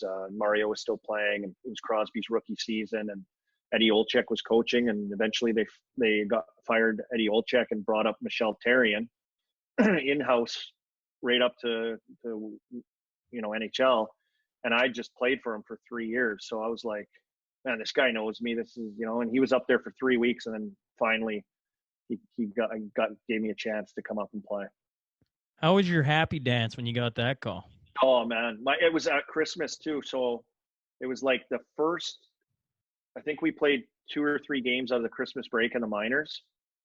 And it was like a 3-game and 4-night joke, one of those things. And I scored 2 goals that night, like 2 assists. I think I had 4-point night. And they knew I was getting called up before, apparently. This is what I heard after. And then after the game, so I had like my family was in visiting me over Christmas still at the time. So it like worked out perfectly where they were, from Saskatoon. They were out east here. They were going to go home, like I think the next day or 2 days later, which got changed to going to Pittsburgh because the next morning after that game, I flew out and I played the next day. I flew out at like 7 a.m. with Max Talbot. We got called up together. Flew out, went into Pittsburgh, played the New Jersey Devils first game in that day, and my family all got to come up and watch the game. It was awesome. How unreal of a day was that when you're walking into the stadium, roll into the dressing room? Yeah, it was crazy. It was crazy. Like, for me, just the emotion of finally getting to do it, and like just worked out with like my family there, and just like kind of the feeling the night before, and then all of a sudden, like the next day I'm in a hotel across the street from Mellon Arena. I walk across the street for the game. I didn't skate that morning, played the night before, didn't know what to expect, didn't know where I was going to play. The coaches were really excited. I knew them. It was like Mike Yeo and Michel Therrien. They were really excited to have me there. They knew me. They're excited for my opportunity. And so that kind of made me feel a little more comfortable. And then, then you just go out and take what they give you, like I got to kill penalties. I played on the 4th line, and I think I got like 13 minutes my first my first game, which was, I didn't know what to expect. So I was like, man, that's a lot of ice time, I think, for a fourth line guy to get 13 minutes in my first NHL game against, still a New Jersey Devils team that was pretty relevant and good. Marty Brodeur and that, and still some of the guys that they had there. So it happened like a whirlwind. It was crazy and it was wild. But I remember I was killing a penalty. I came down in front of the benches. I fired a shot like from the blue line as I was coming into the offensive zone, killing a penalty at Brodeur. Not a big deal. Like, didn't think anything of it. Like, no, I haven't played against Brodeur before. He just does like a pad kick. You know how he like would direct it? Like a pad kick breakout pass to the red line. He didn't even stop it, knock it down, pass it. He took my shot, kicked it with his pad to break out going the other way as I'm changing at the bench. And I'm going, okay, don't shoot it at Brodeur when you're on the PK because he's got other ideas going on. It's just That's unbelievable. Total another level. So that was kind of something I really remember from that first game. How about when you signed your first pro deal? What did you? Everybody's got the story of like, now you got a little bit of money. Did you with your bonus? Did you like go buy X? I had to take out like a line of credit because you didn't have the money right away, but like you had the contract saying you were going to get the money. I had no money. I was like $0. Constantly calling my mom and dad for like $100 to put $100 in my account. It's a wild, crazy feeling when you do that. You go from like nothing to like crazy contract. So, and that was in the day when they had the crazy signing bonuses. So it was, it didn't even make sense. Like, it was just like, I remember like just sitting there going like, do I deserve this? Like, what the heck is going on here? Like, this is crazy. I haven't even played a game yet, thinking in my own head, but it was awesome. It was great. First thing I bought was a Denali, GMC Denali, like SUV, like the big one. And that was kind of my first thing. I didn't buy it right away. I bought it the next year when I was in Wilkes-Barre, a little bit into the season. It's pretty cool moment. That is awesome that you had to take a line of credit out right off the hop. You gotta pay for your cell phone now and you get gas and like, I can't keep asking mom and dad for $100 all the time. So. What I had a buddy, I was talking about you today, and he goes, and you kind of mentioned it a little earlier on, and I think it's somewhere in between that first season you get called up and maybe the next season where Jim Basili's trying to buy the Penguins. Yeah. The Blackberry guy. The Blackberry guy. He was rolling in the games. I remember every once in a while, and there was buzz around like Jim Basili's here. He's going to buy the team, and then we were going to move to Kansas City through that season as well. And, there was a lot of crazy rumors going on. I think the Kansas City thing was probably more likely going to happen. And then I remember I was playing in the game that night, like Mario was retired. He was done, and he came out and made an announcement that, the team is staying in Pittsburgh and we're staying here. And the place went just absolutely bonkers. Like, that old rink could really rock, and it was just like the roof blew off. It was just, this town's like a blue collar, hard working, down to earth city here. And they love their sports. They love, the Penguins and Steelers and, Pirates when they were good. But, it's a great ballpark here. If you ever want to go to a ball game, it's probably one of the best in the league. But they're a big sports town. Like, it's awesome. And so the city, Mario made that announcement, and look what it's turned into here. They got a brand new rink, new facility. The downtown's completely redeveloped and turned itself around. It's totally different place from 10, 15 years ago. So it's hard to believe that it got that close. Yeah, like it was that close. And you wonder why we have, 10 first-round picks playing together in Wilkes-Barre. And, there aren't too many guys called up, and, the contracts that we as young guys and first rounders, you get, these certain contracts and bonuses all ladled through all the contracts, a chance to hit all those and come up, and a team that's in financial trouble makes it a lot more difficult. So, after I got drafted, and you go down the list, it was like Ryan Whitney, it was Marc-Andre Fleury, and it was Jordan Staal, Sidney Crosby, Evgeny Malkin. Like they just started rolling these picks in. I mean, you got to be bad to get those picks, but they got really good players, and those core guys that were like franchise changers. Well, and all of them turned out to be like franchise changers, right? Yeah, like huge. I mean, even Chris Letang, who's still here, he was, I think, I don't know when he was picked, a little later, like second or third round maybe, or something like that. I mean, to see what he's turned himself from being like captain of the world junior team and having a great junior career, but coming in and basically taking over as like the mainstay, defender here in Pittsburgh. Like he's, I get to watch him every night, but the minutes that he plays, 26 minutes, like, and I'm not talking floater minutes. He's playing hard 26 minutes. Like he's a competitor, and he's involved all over the ice physically, defends like super hard. So, they've had lucky to have a guy like him too, that's come along and then been another guy just to add to the, to the stew.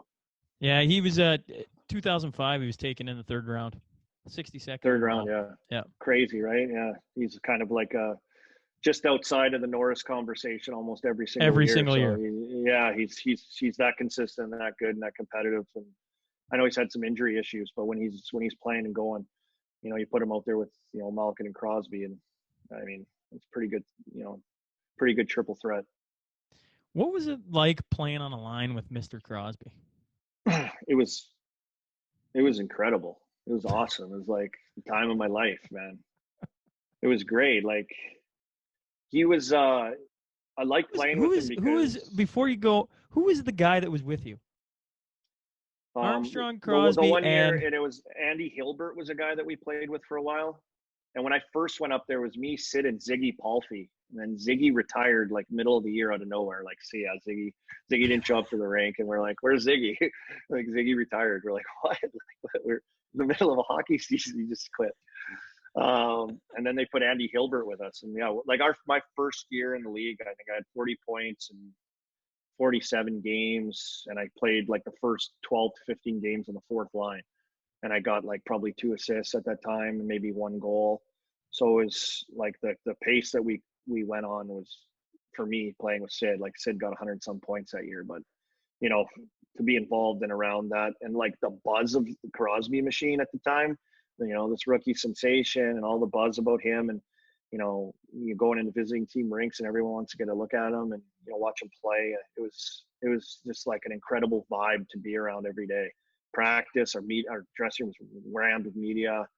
Like it was so cool to kind of get like put into that situation just by him being there and being around that and having more people watch you and more people pay attention to you. And it was good. Our team wasn't good, but it was really fun playing with him, because he's not like he's kind of like, I think you've probably heard this, he's kind of like a grinder a little bit. Like he has the tendencies where he can go and play in those hard areas, but it's just everything else that he has along with that just puts him above everything. So he was fun to play with, like the little give and go 10-foot plays with him and out of the corners. Like that's the way I kind of thought, like to get through guys, like he could go through guys on his own and hold guys off, and only so many guys can do that. A lot of kids now, individual skill wise, can beat guys one-on-one, but for me it was like tactical more, to get in the corner, bump a guy off a puck, free the puck, Sid would come in, swoop in there, get it, I'd jump out, he'd bump it back to me, I'd give it back to him right away, pick a guy, he'd roll back down the wall, guy on his hip, see you later, you're not catching him. We just run those little 3 plays to set up the 1 play, and then he worked good in those tight areas. He's really good in the corners and in tight spaces, and guy on his hip, I don't think there's anyone better in the league with a guy on his back. So it was fun just for my game to play with a guy that was like uber elite at playing my game. Wow. Crazy. One of the best, do it all. One of the best players to ever play the game, and you got to sit shotgun to him, and throw up some points. I roomed with him on the road for a few years, and you were in Sidney Crosby's room. Yeah, we were when we had roommates. Yeah, so we roomed together for a few years, and after every game, if we're on the road, talking to him or wrestling and beating him up, to him starting to get stronger and trying to throw me around, I was going, oh, here he goes, the young kid starting to get strong. It was fun. We had a really good time together. It was fun. all the time, every day. I think I kept him a little bit loose too. So we had our good routine that we kind of had set up and worked good. Although I snored a little bit, he wasn't too happy about that. But it comes with the nose. I mean, when you don't play in the minors and you don't work on your nose construction that well, like you got a nice Crosby nose. Like, buddy, you got to go to the minors and grind a little bit, you know? Then you'll start snoring, you know? Grizzle yourself up. Those were fun days. Skipping the minors right to the pros. I could just be a fly on the wall for that. Would be awesome. Oh yeah. Like it was fun. It was fun. I love giving it to him. I love ripping on him and his legs and how look at how big your butt is. What the heck is wrong with you? Look at you. Like, you know, he's like built like the perfect hockey player. He's like 5'10", 5'11", whatever he is, 6 foot. I don't even know. But he's like stocky and like he's got like the wide base. He's got the butt and the legs, you know.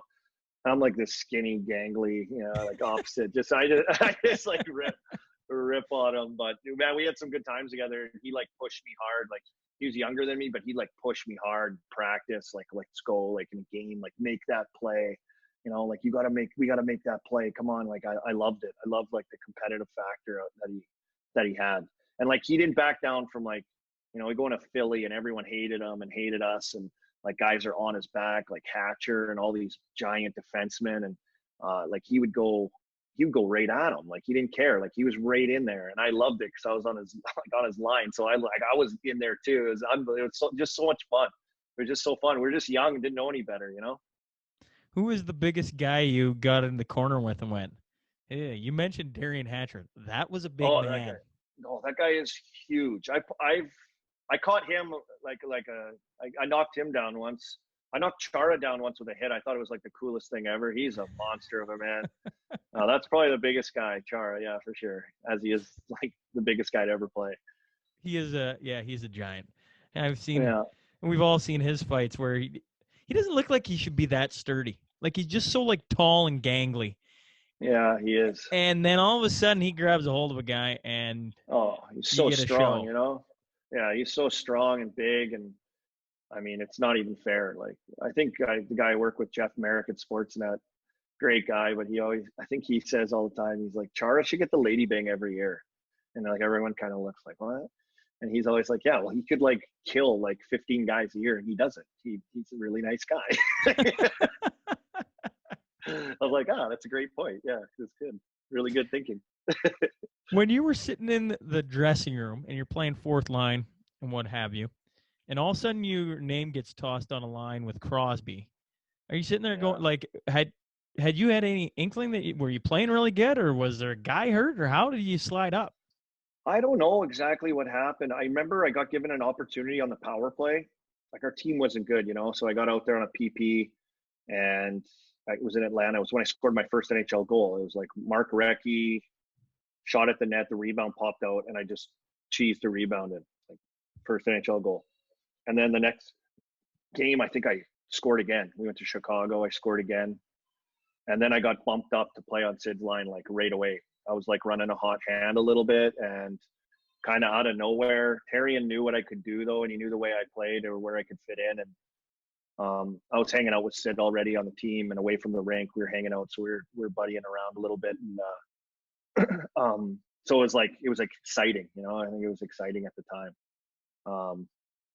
I think even for him, you know, he get to play with me, but we were buddies, so like worked out good, and things started going good. Like, we started producing like all the time, every game, and it just became like, even if we lost, we knew we were gonna like get a couple goals a night. Like, our line would produce. So it was that kind of feeling. What was the playoffs like in 06, 07? The Penguins hadn't been, you know, you talk about how they hadn't been a great team. I think it had been 6 or 7 years. I think it was 2001.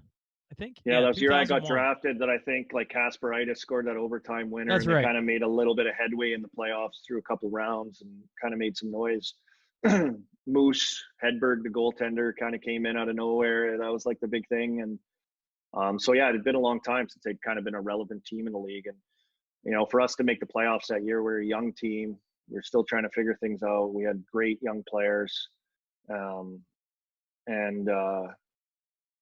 And we came up against Ottawa. I mean, Yeah, who was pretty decent. That was the year they went to the final, and they shit kicked us in the first round. Like they were so good, they were so deep, they were fast, they were physical, they could score. I mean,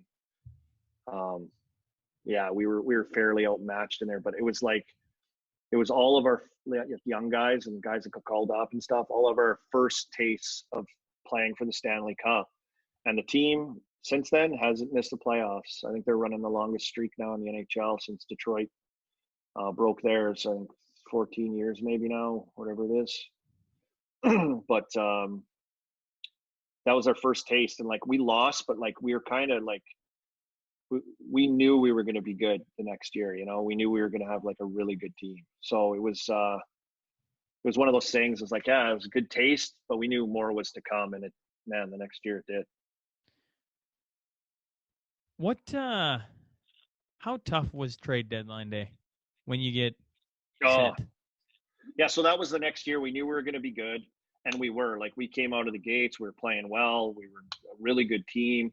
I think we were battling Montreal at the time for first place in the conference, flip-flopping around. At the time I got traded, so I kind of didn't think I would get traded, which is weird, right? Like, you think, I guess, like, no one's untouchable, but I kind of thought, like, there's no way I'm going to get traded. Like, I'm like not like a big name or anything. Like, what's going to happen here? So, yeah, it was tough because I'd played with a lot of those guys for 3 years in the minors, and then, you know, almost 3 years in Pittsburgh, and then you get traded right at the deadline to Atlanta of all places, and on a team that, you know, we knew we were just getting good. Like, we were just tapping.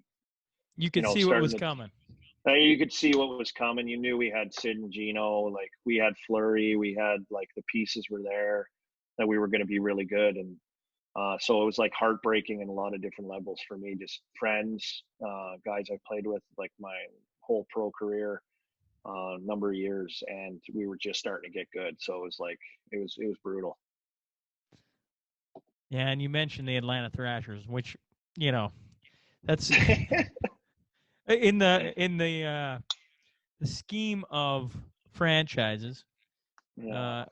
Atlanta was a tough place for a lot of places. Well, we didn't get too many fans. I loved living there. Like, we had our tour. I got married there, so it was a great place to live and be, but it was a tough place to play hockey. Atlanta, I mean, you get traded. It's a big deal. You're part of, like, yeah. I remember that deal being like, holy shit. Like, Pittsburgh just picked up Hossa. I mean, that was a giant deal on that day. But you're walking into, you know, Kovalchuk. Yeah. And Kovalchuk. Yeah. Like, there wasn't a whole lot else going on there. But in your second year, I kind of all forgot about it until I was looking into it. But you also got to play a few games with a 48-year-old Chris Chelios. Yeah. We had so when I was there, I played. Yeah, Kovalchuk obviously is, like, you know, the face of the franchise. Thrashers, and forever will be known as Ilya Kovalchuk's team, probably. But yeah, we had Chelios, who was, how old was he? Yeah, he was old. 48. Yeah, and he sat next to me in the dressing room, which was really cool. He almost killed me one time. I tried his sauna bike riding thing, and I almost died. Jesus, bad idea. But we also had, at the end of his career as well, another guy in Matthew Schneider who came and played with us also, at, you know, which was really cool. So, but to have Chelly around, which was awesome. Like, I think he was playing in Chicago, and, you know, he's from Chicago, or I don't know where he's from.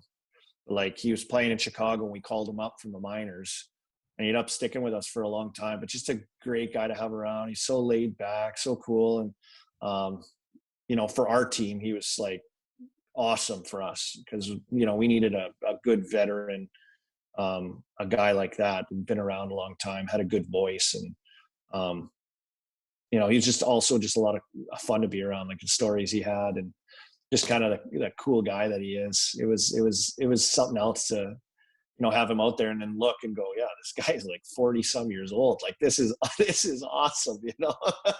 Well, 48, man. Like, that is It's unbelievable. Actually, you look at pro sports. I think Michael, right? speaking of like The Last Dance, I think Michael Jordan was kicking around a little bit when he was there too, from some of the stuff I heard maybe, and, come out after a game and like, there's like Hollywood actor buddies of his at the game that he's going out to dinner with and stuff. So it was like a whole nother world with Chelly around too. Just a real solid, great guy. You're telling me Chelios was having dinner with Jordan? I think so. Like, I think they're really good buddies.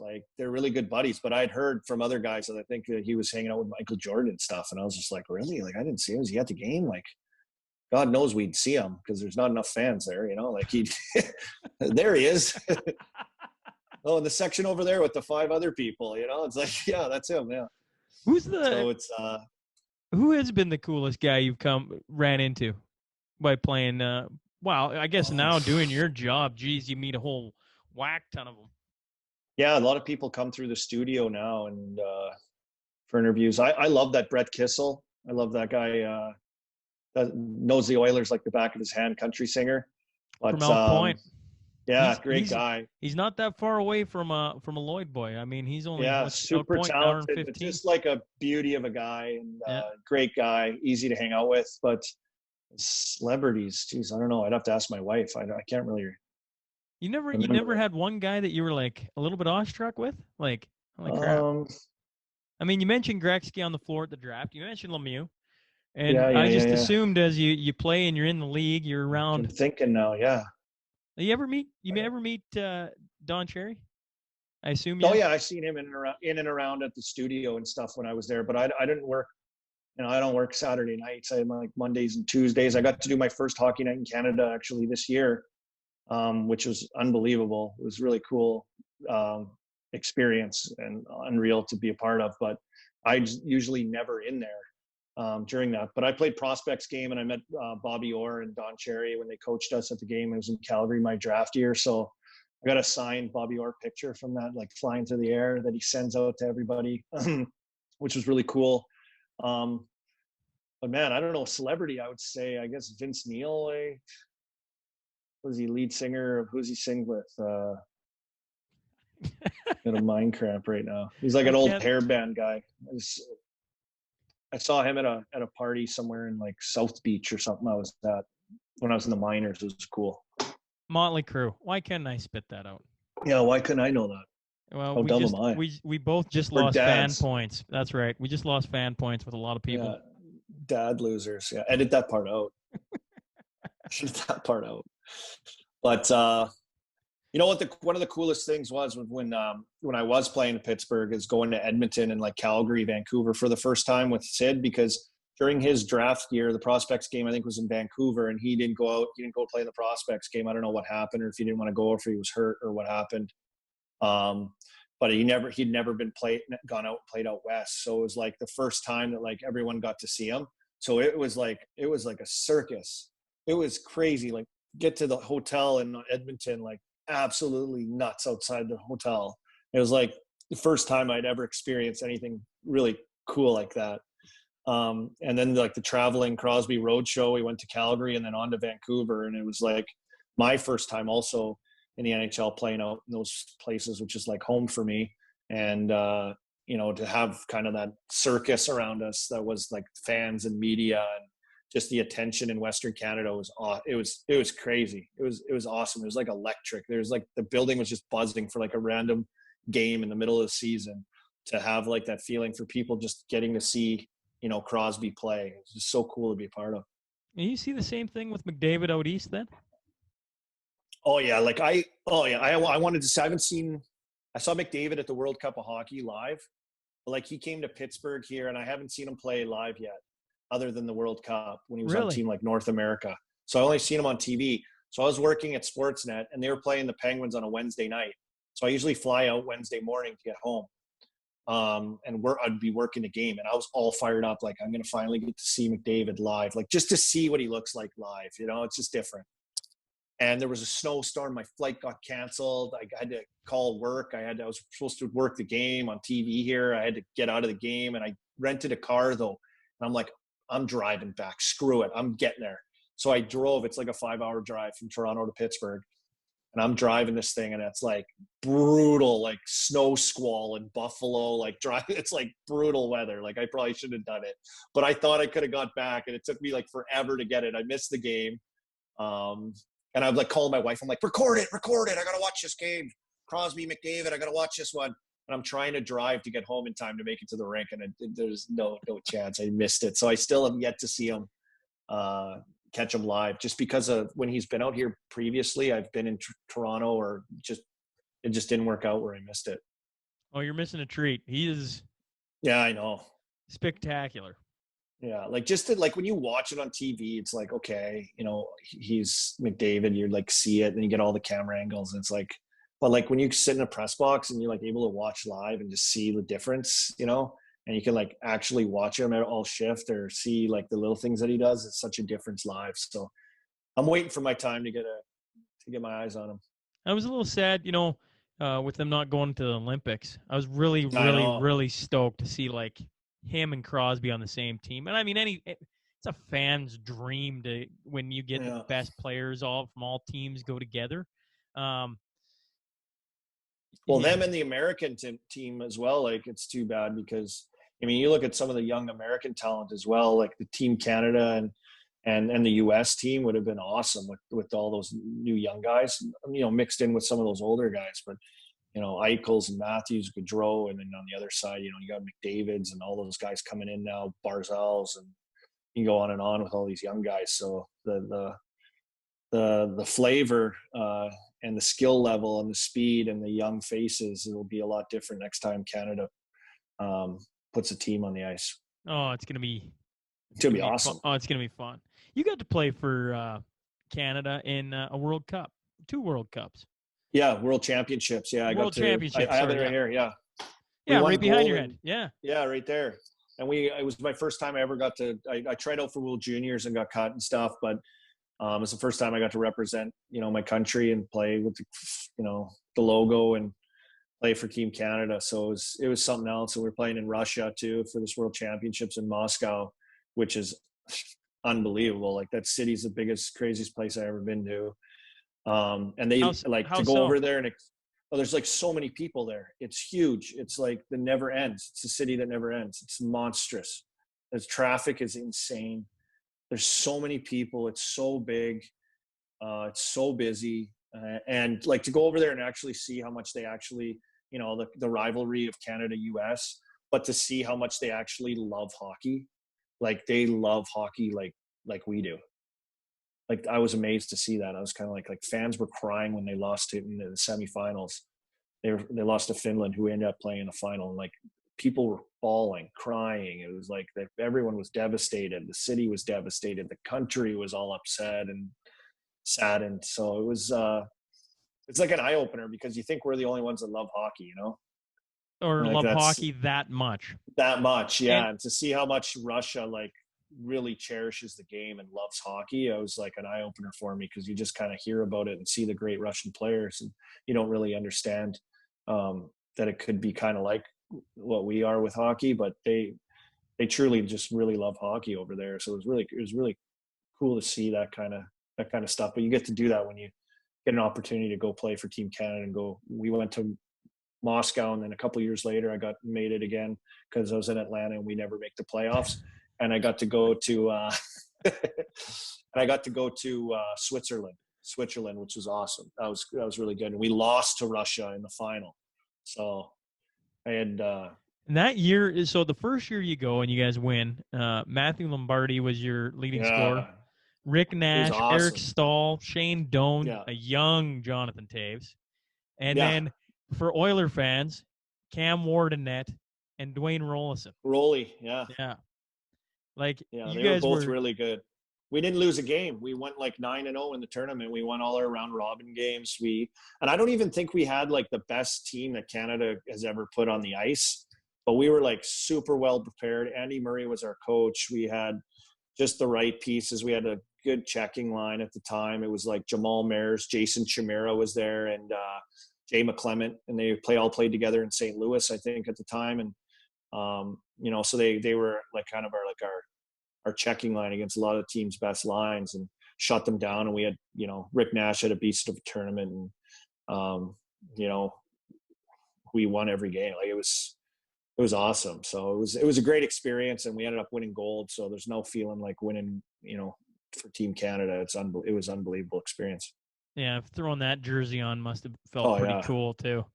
Amazing. I mean, right behind winning a Stanley Cup as a kid, as a dream, right? Winning the Stanley Cup or making the NHL, right in there somewhere. And every kid's a little different, but putting on the Team Canada jersey is pretty dang close. Yeah, you know what? Like, I think if you ask my mom, like, what her proudest moment was probably that, putting on Team Canada jersey. Like, yeah, I mean, you get to play for your country. It's like, you know, it's, you know, the sense of pride and feeling is unbelievable. So it's, yeah, it's something I cherish a lot. And I got the gold medal framed in there. Once again, my mom kind of set that up and got it done for me years ago as like a surprise. So, yeah, that's one of the best things that I did in my career right there is win gold medal. And I actually ended up scoring 1 goal in the tournament. I was playing on a line with Jordan Stahl, who was 18-year-old that year in the NHL, and Jonathan Taves, who was, you know, played World Juniors and won gold that year, and then came and played with us and won gold with the men's team. Like, that's how good he was. This guy was absolutely insane, working the half wall on like the first or second unit PP as well. Like, he was that good. Yeah, that was our 4th line, those two and me, and ended up scoring a goal to make it like 3-2. And then Rick Nash at the end of the game scored the like most epic, like might be one of his best like Team Canada goals. He had like 2 fins on his back, and he's like in the splits, and he like typical like power, big lanky Rick Nash goal around the goalie with 2 guys pulling him down, and he tucks it in. It's like the nicest goal to make it with like 40 seconds left to make it 4-2, you know, like they didn't get their goalie out because Rick Nash dominated. And then like that goal, that's the one they show all the time. Not my beauty 3-2 game winner. Like Rick Nash 4-2, you know, cherry on the top. So thanks, Rick Nash. Just a tad bit sour on that one. Yeah, no, I like to say that, but yeah, it's probably one of the nicest goals I've ever seen too. But it was, you know, for us to do that. And the coolest part about it was with like Hockey Canada, like there was Canadian fans there, obviously, that travel around, and, you know, Canadian media that come cover it. And like we had everyone in our dressing room after the game, like partying and celebrating with us. It was awesome. It was so cool. Like Stevie Y, like it was, oh man, it was awesome. It was just awesome to be around that whole thing and do that. So yeah, highlight of my playing career, right there for sure. At least one of them. Yeah, well, there's nothing like winning. There's nothing. Exactly. Yeah, totally. Yeah. You don't get to do it. You don't get to do it very often. You never know how often it's going to happen. So yeah, like my Rebels teams, and then that championship team, like unbelievable. What, you know, speaking of the Rebels, you win a Memorial Cup 6-5 in overtime. I assume that night had to have been like a blur. Yeah, well, like it was cool. We had like all of our families there, all of our billets there, like Rebels fans there. So it was just like, it was amazing. And it was like such a grind, you know, like we played like so many games, and you got to play that tournament at the end. And it's just like, you don't even know these teams that you're playing against. It's just like mentally, physically, just such a grind. But we beat them 6-5 in overtime in game 1 of the tournament too. So like we play them in the final, and it's 6-5 again. It's like crazy. I think it was 6-5 the first game too, or 5-4, like another shootout, you know. The Memorial Cup that year was in Regina. You must have had a ton of people that you knew watching. Yeah. Oh yeah, it was like I had buddies come up. They would drive a couple hours down the road, go to a game, and go to a game, drive back home, you know. And yeah, so it was like a home game for me. I had everybody there. I had aunts and uncles, and my mom and dad, my sister, my brother, all their friends. And I mean, it was a big party for everyone. Of course, it's like a big 2-week tournament with like, you know, the beer gardens in Regina, and like the families were in there every night, and everyone's sleeping in everyone's hotel rooms, and brothers are sleeping with all the other guys' brothers. And like, it was awesome. It was just a great thing. Well, what is winning a gold medal in Moscow party like? Oh, it was great. Like, we were lucky. to make our flights, probably a lot of us the next day. It's a quick turnaround though. Like you win, you get together that night, have a little get together, and then guys just start filtering out of the party, and they have to get to the airport for, a 5:30 a.m. flight. So a lot of guys no sleep, and you kind of get your flight times of when you're getting out of there, and that's it. So comes and goes pretty fast, and the next year you don't see everyone until you play against a lot of those guys, which makes it a lot weirder when you have to play it in your face, kind of a little bit more of a rat styled game against a lot of guys you just won with that you care a lot about. What was playing in, you go Pittsburgh, you can just tell those are the best. I think you even said it, the best memories of your hockey career come in those years, playing for the team that drafted you, and now where you're living back and you're broadcasting and all that. What was it like going to hockey mecca world of the Toronto Maple Leafs? Yeah, it was great because I wanted to go somewhere from Atlanta. I wanted to go like somewhere where hockey was like big. I wanted to go somewhere where it was awesome. That. So to have the Leafs on free agency to come and make me an offer, and like a good one too, was awesome. So I was kind of like, okay, what's their team like? What's happening? Who do they got? Where are they going? Is this a good move? And eventually came and decided like, yeah, this is going to be electric to try to go and, go into the pressure cooker that is Toronto and playing for, that franchise is insane. What was the first maybe month like? Because I mean, you just like you went from Atlanta where you're, you joke about being able to pick every person out of the stands to, one of the pet peeves of everybody out west is you flick on Sportsnet and everybody just talks about the Leafs, right? Or talks, they're the team. Everybody wants to see, the Leafs, they haven't won a cup since the 60s, right? Like everything's just on them and it's about them. Yeah. And now you're playing for that team. I have to assume that there is a different type of pressure, buzz, whatever you want to call it.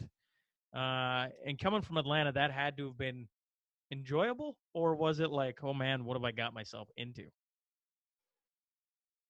No, like I was looking forward to that. Like I was looking forward to being a part of that. And unfortunately, like my 2 years there, I got hurt like all the time. It went awful for me, not only physically with the injuries, but like mentally, the toll it took being injured and, having different expectations for yourself and how it would work out, which is really, really tough. But I was like looking forward to being in that situation and being, part of an organization with the storied history that is Toronto Maple Leafs and going on road games and half the entire stadium being blue. It's, the fans all over the place that support the team is insane. So, I was looking forward to that part of it and kind of the excitement that comes with that and the pressure. Like I knew expecting that going in there, that there'd be expectations and, a lot more pressure on a team that doesn't do as well, just a lot more ramifications from, the public and the media, and the scrutiny would be a lot more. But, knowing that going into it, I was excited to go to a place that was like electric like that. Like I wanted to feel like what that was like. So, to throw on a Leafs jersey and to go and play in that kind of a market, was incredible. Was a great experience. Honestly, it was a great experience getting, like, you're playing hockey night in Canada every Saturday night. It's like you're the big ticket every time your team steps on the ice, no matter which rink you're in. The fans are crazy everywhere, and they outnumber even in the strongest of buildings. Yeah. So it was it was cool to experience that. And growing up in Saskatoon, like you get a lot of Leaf games, like you have no choice, it's always the Leafs that are on all the time. So, growing up watching a lot of Leaf games, like most Canadians do, it was really cool to kind of like be a part of that, like your dream of playing the NHL, you see the Leafs all the time, and it's, you're in that spot. Well, you go through everything in your career and you've almost hit like all the big days of and all the big things of what the NHL has. They got their free agent frenzy, right? You've been a part of that. You've been a part of the trade deadline. And then you get to be a part of not one of the great parts of it. And, you know, I've never had anyone on that's been bought out before. How tough was that? You know, when you talk about the injuries and everything. Yeah. You know what? Yeah, I've had a little bit of everything. Yeah, it's funny you mentioned that. Yeah, so the buyout was, you know, when I was in Toronto, we had gotten rid of our coach and Randy Carlisle had come in and our team wasn't doing that good. And I was injured a bunch. Like I had a high ankle sprain and a concussion in the same year, missed significant amounts of times in 2 injuries that literally you're like, can't do anything about, but you know, you can't use your legs. You can't do anything. You got to lay around. They're challenging injuries to have. That was in that 1 year. The first year I tore my hand apart. I broke both my feet. You broke both your feet? Yeah, I broke my foot. I broke my foot in training camp blocking a shot. And then at the end of the year, I got shut down like the last 10, 15 games by blocking another shot, and I broke my other foot. And then in the middle of that, I had surgery on my knuckle. My tendon like ripped off of my knuckle, and they had to sew like my hand. I couldn't like pick up my hand. Like they had to sew it back on. So I had like just a rash of injuries while I was there in those 2 years.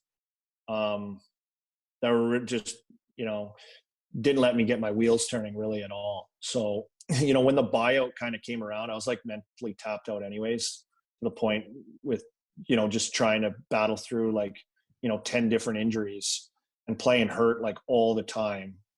Like it was so frustrating and it's beyond mentally tiring to deal with that. So I kind of was just like, okay, like I looked at it as a good thing. Like I just needed a fresh start. I just needed to get out of there. And, you know, maybe this is the best thing for me at the time because, you know, I was spinning my wheels bad. I couldn't get any traction. I couldn't stay healthy. And, you know, they just hired a new coach and I was trying to come back off a concussion at the end and barely playing. And I was in and out of the lineup at the end of the year. So it just didn't work out. And, you know, to be free and to get out of there and kind of get rid of some of the demons that I had at the time with the injuries that I'd going through and get a fresh start was probably the best thing for me. So when I got bought out, I was kind of like, good. Yeah. You know, good. I'm done. Like it's over, you know, that's just the way it worked out. And then you sign with their arch nemesis. Yeah. So Michel Therrien goes to Montreal and sure enough, he gets hired as the new head coach of the Montreal Canadiens. I get bought out and then free agent frenzy comes around again. 2 days before that, I was bought out, or 1 day before that, and you know, the next day I signed with the Montreal Canadiens. Yeah, and that was the lockout shortened season. That was my last year in the NHL. So it was, you know, to go from one team, storied franchise, to another team in Montreal. It was, you know, to put on. I grew up a Habs fan actually. I was like the lonely Habs fan in Saskatoon. So to put on the jersey and play there, and we made the playoffs that year as well. It was awesome. You played with Ryan Whitney and Paul Bissonnette. I've listened to you on Spittin' Chiclets. I've had the opportunity to sit down with Biz Nasty. I don't know how the hell I pulled that off, but I did get it. Is it any surprise to you what they're doing? Or did you, like, being around those teams, was Spittin' Chiclets something you're like, geez, if it was going to be pulled off, those two yahoos would do it? I am surprised, but I'm not. I don't know. It's weird. Like, you know, Witzer, like a super smart guy. And obviously I thought when I played with him here in Pittsburgh, he was really good, like really good defenseman. He was really good for us. Like nice skaters, like tape to tape, first pass, like shot passes, heads up. Like he was just smooth, really good, smooth player. But he's like really smart and quick and witty. Like you hear him on Spittin' Chiclets, how good he is. And I love listening to him on there. And he does such a really good job. He's just like an easy, fun guy to be around. And Biz, on the other hand, was like a camp, and he has 100 million questions, and he's just like one way, then he's going another way. And that's just kind of the way he was. Did I think they'd both be involved in media or like doing something? I don't think I would have thought that first of them, but to see what they've been able to do now and the way that they do it, and the style that they've chosen to do it in, has taken off like wildfire, man. And like everyone listens to them. Are they probably not the number one podcast in hockey? Oh, they're the number one hockey. The only one that comes close to it, I would 31 Thoughts, probably. 31 Thoughts. That I was just going to throw out a guess and say 31 Thoughts. Yeah, like I would guess that. So, I mean, they just do it so differently. It's just, raw. Yeah, they get guys stories and guys, talking hockey guys, and relatable to the people that they're talking to for the most part. And I don't know, they're just characters, right? And I think the way they deliver a lot of their stuff is like unique and different than we've heard ever before in hockey, especially hockey. Unless you're a hockey player, because what they've done is they've taken what every hockey player knows goes on, the dressing room, and put it on a podcast. And so it's relatable to anyone who's ever suited up. And if you've never suited up and wonder what goes on, now you get to hear it.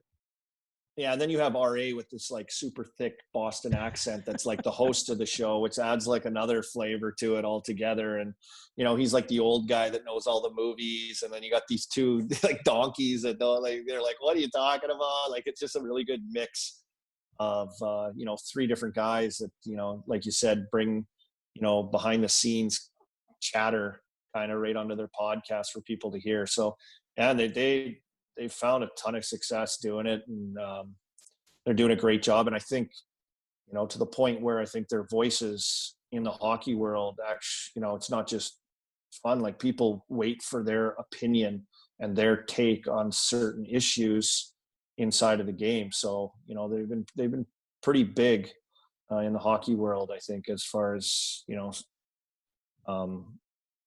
dealing with certain topics and, lending, the Spittin' Chiclet's voice on certain trends and topics and stories. So, yeah, they're pretty heavy hitters in the media world with hockey and the NHL.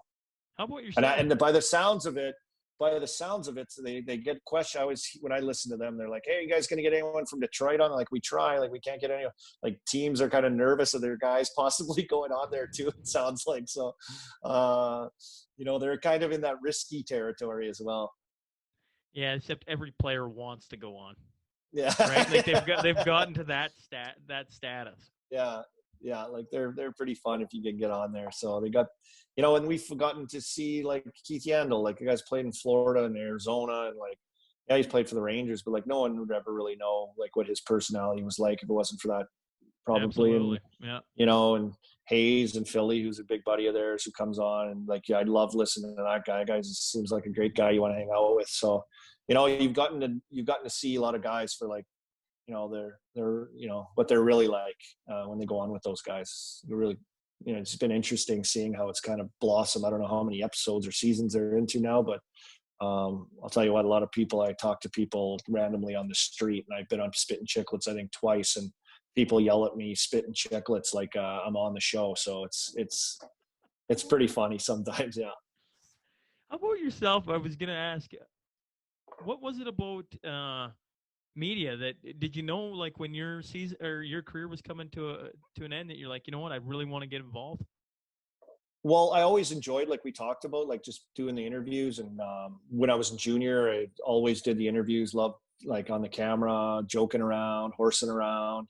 Got to pro hockey. They did a reality show type thing on our first season in Wilkes-Barre, and kind of behind the scenes of trying to make it to the NHL. And I enjoyed that. I had fun with that. And I think kind of always in the back of my head, I had an idea that like that might be something I'm interested in. And then when I went to Toronto, like not even thinking post-career, it probably really helped me a lot to just, people to know who you are a lot more. And you're doing a lot more stuff like that on our national broadcast across Canada. People see your face and know who you are. And I was able to do a playoff series when we didn't make the playoffs in Toronto, and Berkey's like, "Hey, they want you to go on, the panel here. And, if you want to do it, I think it'd be a really good opportunity for you." And so I did that. I also did, when did I do that? I was playing in Atlanta, and I went and did the finals for Sportsnet at the time, who didn't like cover the game. We just did like the pregame. They did the pregame show and then the postgame show. And, they asked me if I'd come down, like Darren Millard, Kiprios, and it was like John Garrett, I think, at the time, who were doing it. And so I flew down to the final, and Pittsburgh against Detroit in the final, the year I got traded. Talk about torturing yourself. So I was like sitting on it. I was like, oh my God, this could be awful. Like, this is like pure torture being here. But they wanted some insight on the Penguins team, and I just played with them a few months prior to that. So it was kind of an eye-opening experience for me to do it. But you're doing it as a player, so you're not really thinking the same as you are now that it's a job, and the preparation that goes into it, and being ready every single night and every game, and the trends and what's happening around the league, and staying on top of it, and staying up till 1:30 in the morning to finish watching Arizona against Vancouver on the West Coast and in a shootout for no stupid reason. What am I doing? And I'm watching the damn thing just because I got to watch all hockey games. And I love watching hockey, but I mean, I'm telling you, sometimes I'm like, what am I doing? What the heck am I doing right now? But, playing in Toronto, playing in Montreal, playing in those A markets, playing around, teams that, have 30-person media scrum after every single game, or 40, whoever's in there. It's just crazy. Put me in a good position, I think, post-career with the interest of doing it. And who knew if I was going to be good or bad? I didn't know, but I got an opportunity, and the door was opened up for me. And I worked at it, and I've been critiqued, and I've gotten advice, and I've tried to get better. And I think slowly over the last few years, I've gotten better every year. That's the way I'm looking at it right now. I think I've gotten better every year. And, when the camera turns on and you're live sitting on a desk with your suit on and guy talking in your ear, it's on live TV with no scripts, there's no screen. Like, none of our hosts, nobody has like those teleprompters, nothing. It's freewheeling live shows, live chatting, like on the fly, a few topics you want to talk about. But it's, to sit there and go through that, takes a lot of reps before you actually can feel comfortable and understand and good and know what you're kind of doing. Like, most nights still, I'm like, I don't know what I'm doing tonight. I have no clue what I'm going to do. Like, what are we going to talk about? I don't know. I was like, what's going on? But it's hockey, right? Like, I've done it my whole life. So, like, after I kind of calmed myself down a little bit, I'm like, okay, settle in here. Like, just have some fun. It's hockey. This has got to be torture for you right now, not having any hockey, right? It's just like... No, I got nothing. Yeah, I got nothing, man. I got nothing. I'm trying to lose weight. I'm eating like a rabbit right now, just salads all day. I'm like chasing my kids around. I don't do anything. We had a nice day today. I got to go outside. That was cool. We got no hockey. We got nothing. I got nothing, buddy. I got nothing. Okay, well, I got the Crude Master Final Five. It's the last 5 questions, nice and quick for you, kind of like a rapid fire like you guys like to do. Crude Master, local business here. Shout out to Heath and Tracy McDonald. They've been supporting me since the beginning. Shout out. If you could pick your line mates, who would you want to be in a line with? Oof. Anyone, current or past? Oof. I would pick Kirk Muller and Peter Forsberg. I don't know. That sounds good. Slight on Sid the Kid, really? I played with him already. And I was thinking, like, I got to play on a line with Mario at camp one year too, just for one day. So I got that. So I'm thinking, and I grew up a Habs fan, and I loved Kirk Muller, man. I don't know why I love Kirk Muller. He's like the greatest thing. And then I loved like Mike Modano and Peter Forsberg. So I kind of was like, man, I played against Peter Forsberg. That was really cool. Mike Modano, played against him, but like, it'd be cool to play on those guys' line. I'll say those guys, sure. If you could sit down with one person to have a beverage of your choice to pick their brain, who would you want? Oof. Interesting.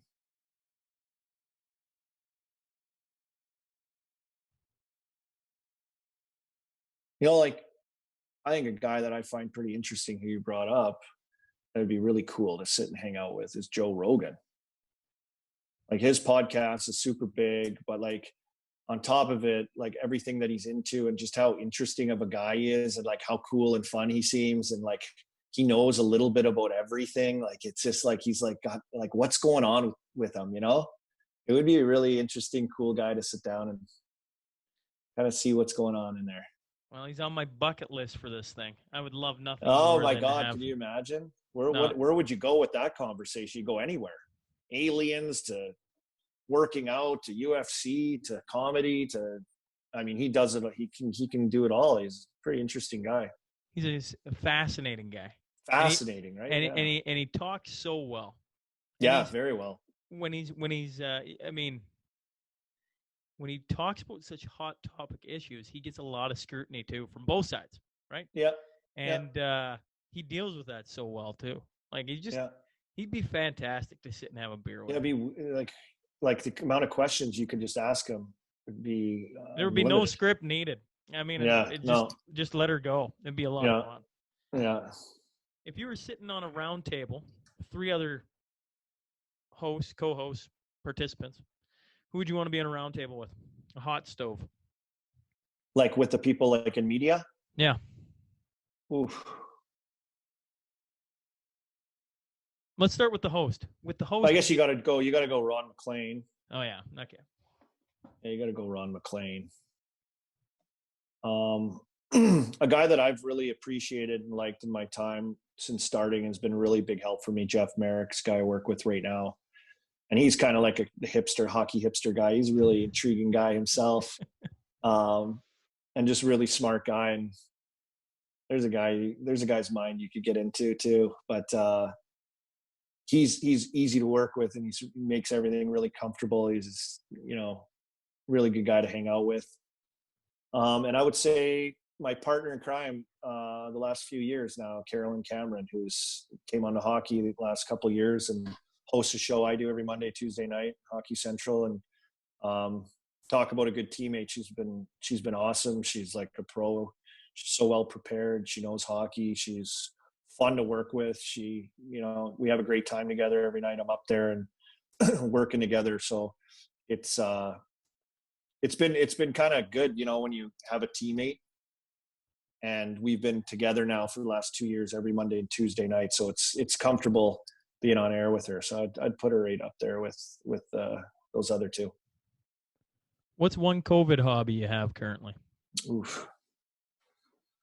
I've been taking a lot of baths. I never take baths. I'm a huge shower guy, but I've been really testing the waters of baths lately, and I like it. I got to say, before I came down and on the podcast with you tonight, I jumped in for a quick bone soak up there, just relaxed, no kids, just a full bath. Who takes baths like adults take baths? I don't know. I'm COVID. I'm quarantining with a bath hobby. I'm bathing. Bathing. What do you call it? I've been asking that question now for a month, and that is by far the best answer I've heard, bar none. I'm taking like a bath a day almost. Let's say that. Like every once in a while, I'm like, got nothing to do. I'm like looking around, like nothing's going on. I'm like, you know what? I'm gonna go up. I'm gonna throw on the show I'm watching right now on my Netflix or wherever you're watching, and I'm just gonna set it up, put on my headphones, and just take a bath. Unbelievable quarantine move right there. Unbelievable. So that's one of my things. Yeah, I don't know why I never really do that. Well, your final question before I let you go. You mentioned since you've been on Sportsnet that you've been every year, every day, kind of improving. What's one of the best pieces of advice you've learned while you've been there to help improve? The best piece of advice mixed with the most confusing piece of advice that actually translate to being really right is just be yourself. And it sounds weird. It's like, yeah, duh. Like, who else am I going to be when you go up there? But like, I'm telling you, when you do live TV and it's kind of awkward and you're sitting not facing each other at a desk facing cameras and you're stuffed in suits and looking all nice. And they say, just a couple guys up there talking hockey like you would at a bar with some buddies. I always hear this. Just go up there and be yourself.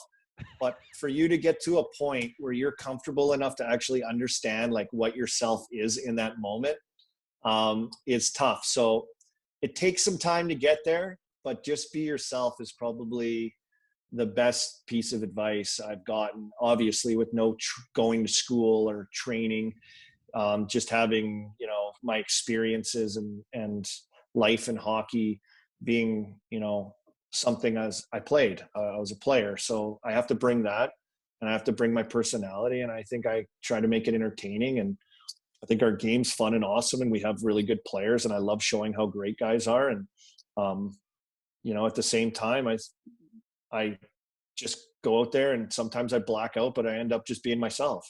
And I think, you know, over the years, through doing that, you get more comfortable and you get better.